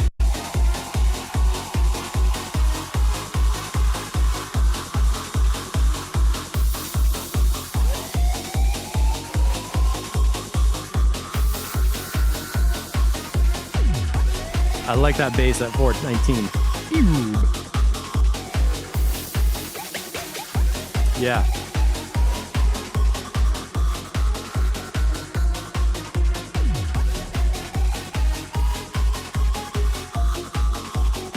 Okay, Shepherds, maybe not bringing in all the percussion at once right there. So I was really into this, these elements coming in. Kick, melody, bass line comes in, then a sawtooth kind of wave.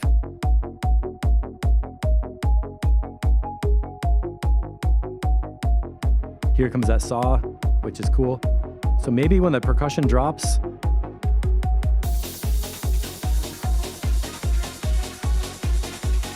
yeah, it works. It works. I was thinking you could drop like cut one of these percussion layers, wait 8 bars, and then just bring it in like here after that riser.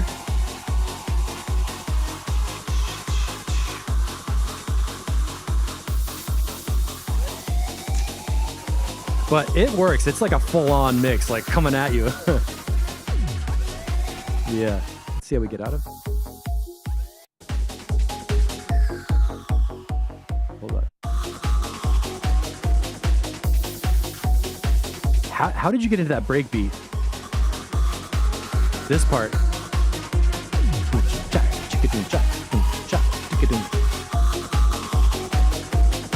This part right here. This groove, that was super cool.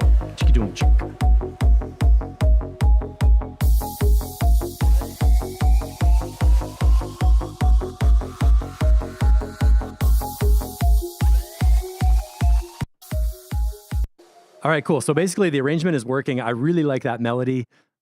It needs some mix notes and everything. So work on the mix with version 3 to compress that melody a bit so it's not quite so spiky, and maybe a little EQ notch around the 880 or something like that.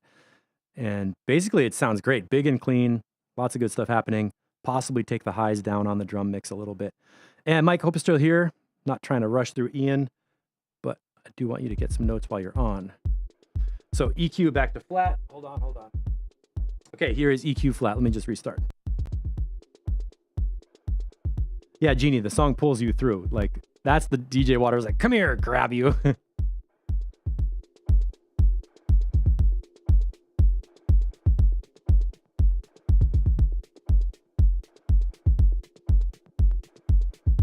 Okay, nice big kick coming in. Let's see what else happens.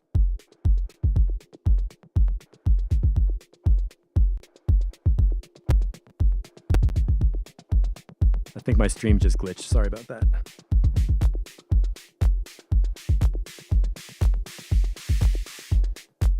That's a good sound design move. Lengthening the tail or the decay on a sound and snapping it back.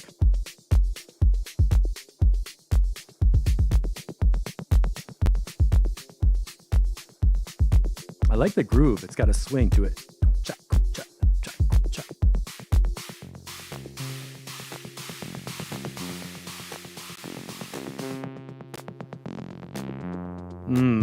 I like that filter moving on the bass line. Wow, this is cool. The bass line is slow, and the percussion has like a keeping you going faster.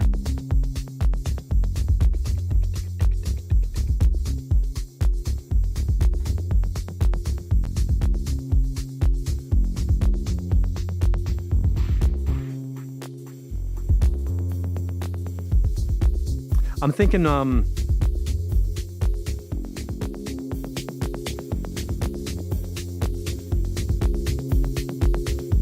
This is another track where the kick drum is beautiful and big, but the mids and everything are a little bit lost. So I just did the low shelf cut, push up the volume to hear more of those synths and the atmosphere and the tone of all the middle stuff. This is cool right here.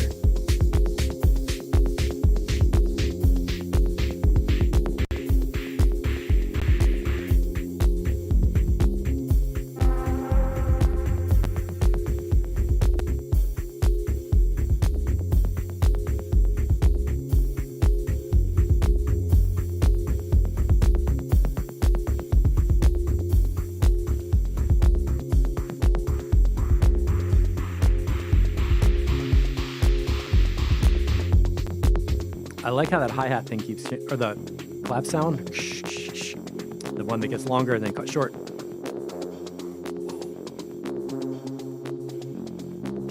Some flanger coming in on the bass. Mono. Stereo. Mike, this is great sound design. Only note so far is take the kick drum down a little bit and then have the rest of the mix a little louder.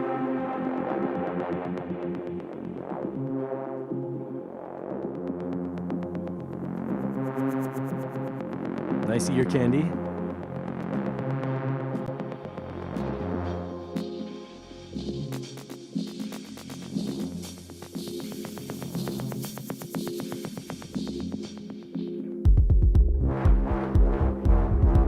Minimal drop, cool.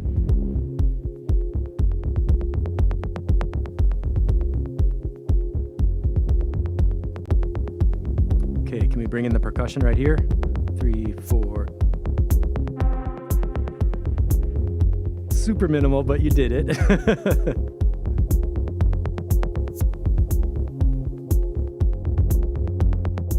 Right here, it's like in the dub techno direction, right?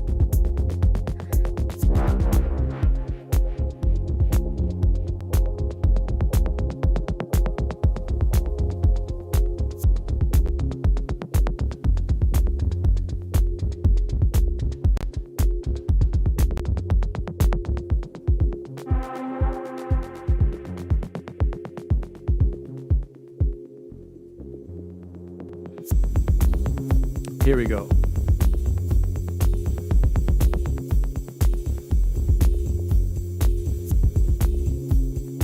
Okay, Genie, I wish I could hear the throbbing piano type pad.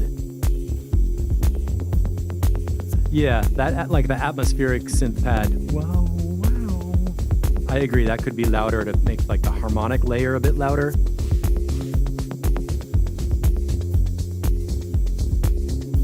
Shepard, his low end needs a little work. The kick does not have quite enough presence.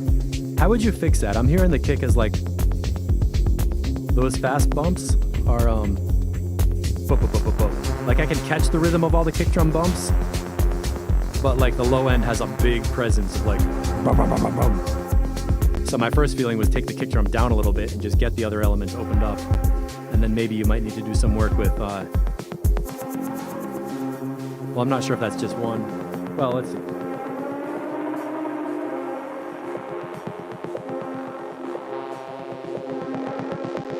I like this click layer a lot. And this buzzy synth wave with the filter is awesome. Right there, that's great.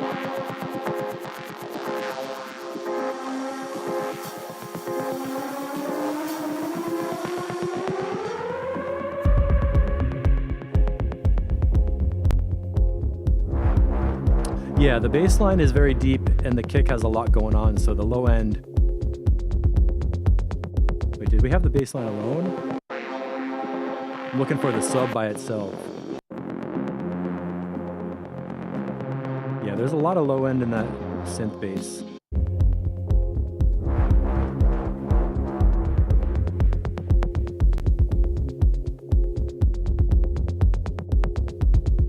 So, Mike, if you listen to Matt Schultz, where he has the kick drum and the sub bass, very big, both in this dubby style, but they're both kind of clean. That's kind of the sound picture I'm feeling for this, where like the kick and the sub are both taking up a lot of low end space. So that buzzy synth right there does not need to have so much sub, because the voice of that sound is like a wow wow wow. So if you took the sub frequencies out of that one instrument, that would help make some more space for the kick and everything.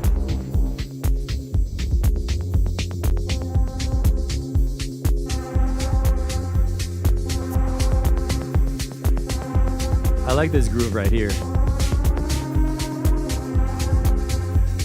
So the hi-hat and snare layer, personally for me, this peak, we're at 3 minutes already. When we come in right here, two, three. It's okay having this empty drop. 4. Let's go to 8 bars. 5, 2, and then come in with the other percussion. 7, 2, 3, 8, and then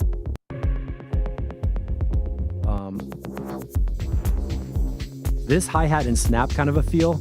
I think that would work, like 8 bars after that minimal drop to bring in that just those two things, like the hi-hat and the snap kind of sound, to get just to make sure the track doesn't fall too far back into like super minimal. Because I like where it's at right now. We're at 6.5 minutes.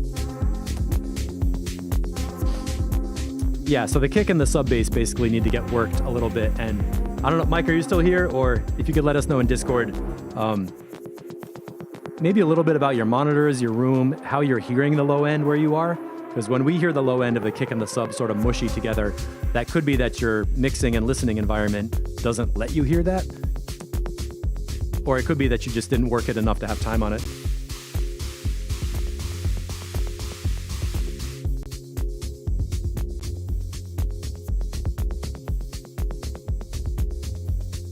But that's a fixable problem in the low end, and it's going to be a really nice track, totally playable.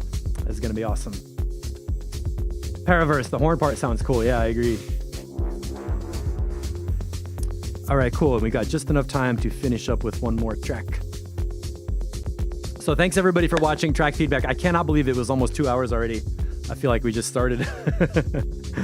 And I'm happy to say it's getting harder and harder for me to find things to give people notes on, because these tracks are coming through like so good. It's all just tiny little adjustments, a little bit more of this, a little bit less of that. And today, for the first time, I realized, oh my gosh, we are using each other's music as reference mixes to compare the feel of how it comes together. Maybe that's a really good sign for having the sound of the Mixotexture records, where we all like kind of merge into this sonic universe, which I think would be cool. So Mike Brazelli, big claps on that one. I know we talked a lot about it, and I don't want to sound too critical and picky. Get the low end in shape with the bass line having space for the sub and the kick clearly in their own place. That might take some things like a little notch EQ and the kick drum to put the notch EQ where the bass notes are, so the kick is notched out where the bass line is big. And then, of course, sidechain compression on those two, and maybe some shelf EQ or high-pass filters on your other synth elements so that they don't have too much energy underneath 100 hertz, to make sure your kick drum and your sub bass are going to be nice and bloomp, boom, boom. B-L-O-O-M-P, bloomp is what I just said. That's right. And coming up, DJ Waters' Land of Fantasies version 2.1. Oh, EQ back to flat. Let's see what we got. Yeah.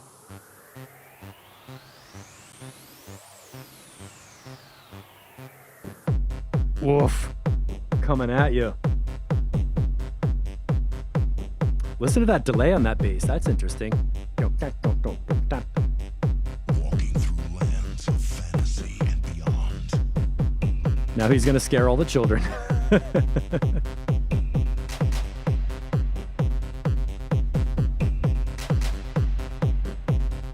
Fasten your seatbelts.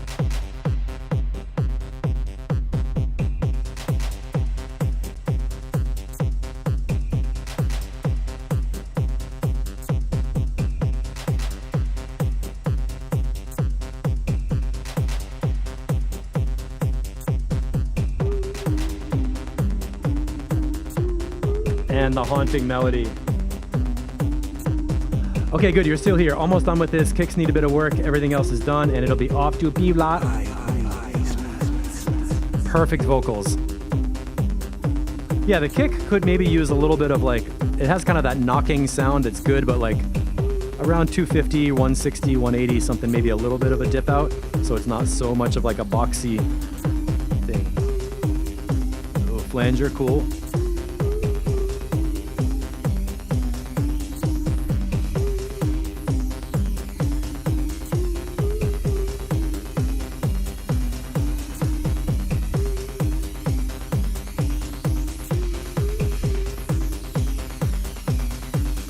It's like Jurassic Park, right? Building. The lessons of the past, we will find a way. Right there we can see where there's a kick. Hump, 150.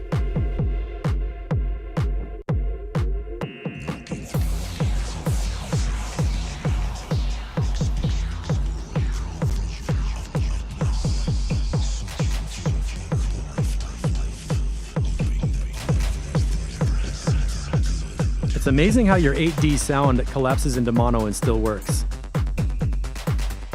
Okay, this buzzy synth, maybe a little louder.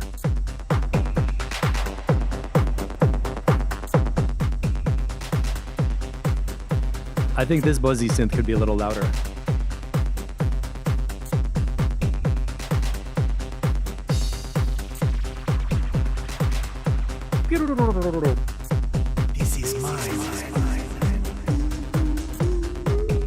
Those vocals are the kind of thing that like drip into your mind. Like, I don't know if that makes sense, but that's what it feels like to me. They're like, "Brr."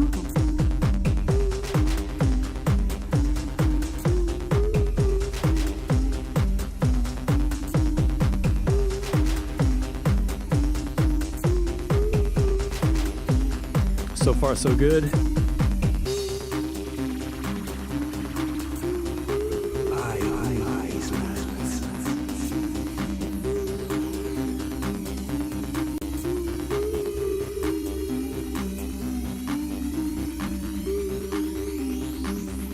Great use of flanger.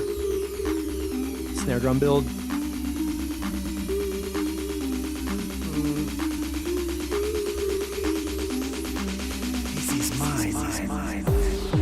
Okay, I'm gonna be picky. I want that snare drum build, the snare drum rush, to be a little bit louder, and watch out for the S on the vocal because the snare is gonna be filling that space at this moment. So this snare tap, push it even harder or louder. This is mine. And the S on is mine. This is. It goes. This is. We get like a double S sound right there.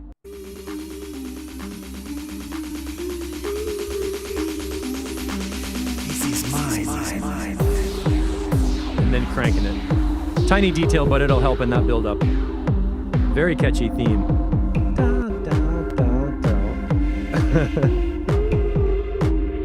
Shepherd's No Space Left.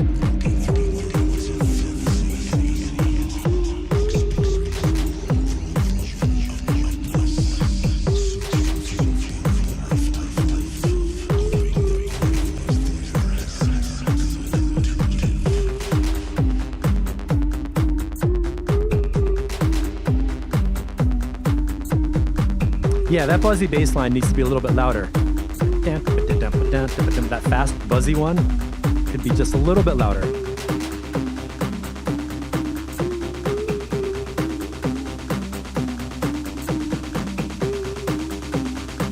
The build-ups are really cool. Now that snare drum rush felt good. That one felt louder somehow.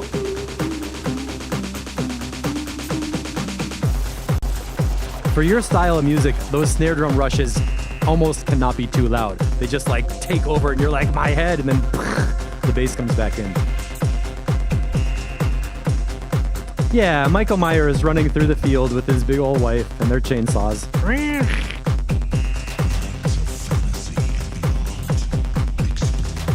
Totally fits the DJ Waters style, minor mix tweaks. And it'll be time for the big D.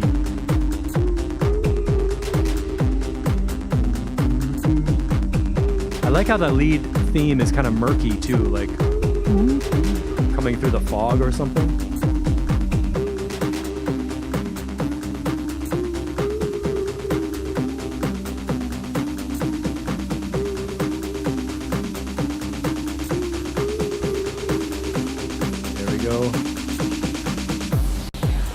the mix out section.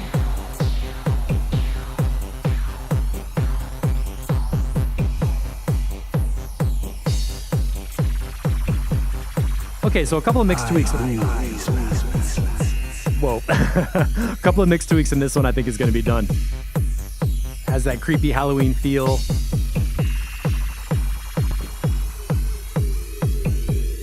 It's interesting too, Ian, that you're making music for a lot of different audiences.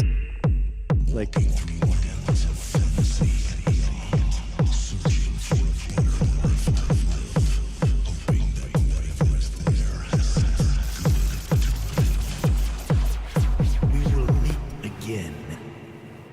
yeah, you have like a couple of different genres and styles that are for like, seems like very different audiences, but all the tracks have your own DJ Waters kind of stamp on them. So for the outro music, let's check out the Forgotten Valley release. This is the Grown Out of Minimal remix. And again, I want to tell you all, this is available on Beatport at Nomadism Records. This is the first track released by our friend Alex B, who didn't come to Track Feedback today because he was tired. So anybody watching in replay land, this is what happens. This is what we want. We want people to come in here, come in here, bring your tracks for feedback, play them, get torn apart with criticism, not in a nasty way. Find just a couple of things to get your track from, like, oh, that's cool, man. You know, people, you play your track for your friends and they're like, yeah, sounds good, bro. That's not what we want. We don't want your friends to say sounds good, bro. We want you to play your track for your friends and them to be like, oh my God, did you make that? Like, how did you make that track? Where the mids are bright and crisp, percussion's cracking, low end is deep, and it just sounds professional. You know, the stereo width, the whole thing sounding like a track that you want to buy. And then once that's done, you get it mastered, you put it out. We have friends who are doing mastering. We have friends who are running labels in this group. The talent and the depth of experience and ability in this group is amazing. And I'm just like really happy to see it happening. So here is the ultimate outcome we're looking for, is releases on Beatport that other people can listen to and enjoy and download and buy. And that is why I do this at Mixatexture, courses.mixatexture.com. If you're interested in developing your Ableton production skills, this is where you go. I've just been rebuilding how to EQ your tracks to give you hands-on guided Ableton projects where you do the EQing activities to learn by doing it. We've also got a basic mixing course that's really awesome for learning about grouping sounds, compression, gain staging, getting your mix levels to sound good so you can turn it up and it gets better and better every time. Escape the 8-bar loop is a really fun course also that has hands-on activities and how to layer up your sounds over time so that the track develops and has peaks, drops, a climax, an intro, an outro. All those song structure elements are really easy to do in Ableton with Session View, and that's what this course is all about. So I'm not going to talk your ear off all day. I just wanted you to get it in your head. Courses.mixatexture.com is where we're at. And if you want to join us, check out patreon.com/mixatexture. You can sign up for $3 a month and show your support for the feedback streams and everything we do in the program. And then if you're ready to actually submit some tracks for feedback, get in there, $25 a month. You can submit your tracks for live streams twice a week, and we'll review them and give you comments to help you get it done and mastered so you can put it out on a label and have your friends listen to it. And that is why we are here. I never imagined Michael Myers had a wife, but now it's, well, I mean, you know, it kind of makes sense in some dimension. Oh, DJ Waters, we need to agree if we're keeping Steve for feedback at some point or if we need to interview someone else. Put up that question on Discord and see what happens to you. All right, everybody, I'm going to see Josh Butler right now. I cannot wait. I'll take some pictures and video to share it with you all and oh my gosh. I've been waiting for like a month for this. And my lovely girlfriend, Maria, flew in from Hawaii for this show. It's a beautiful thing. So thanks everybody for watching. You can find us on Discord. You can find me, Steve, at mixatexture.com. And again, congratulations to Alex B, Pivclit, Morton Mindbender, and Nomadism Records for this really nice release. That's it for this time. See you all on Wednesday.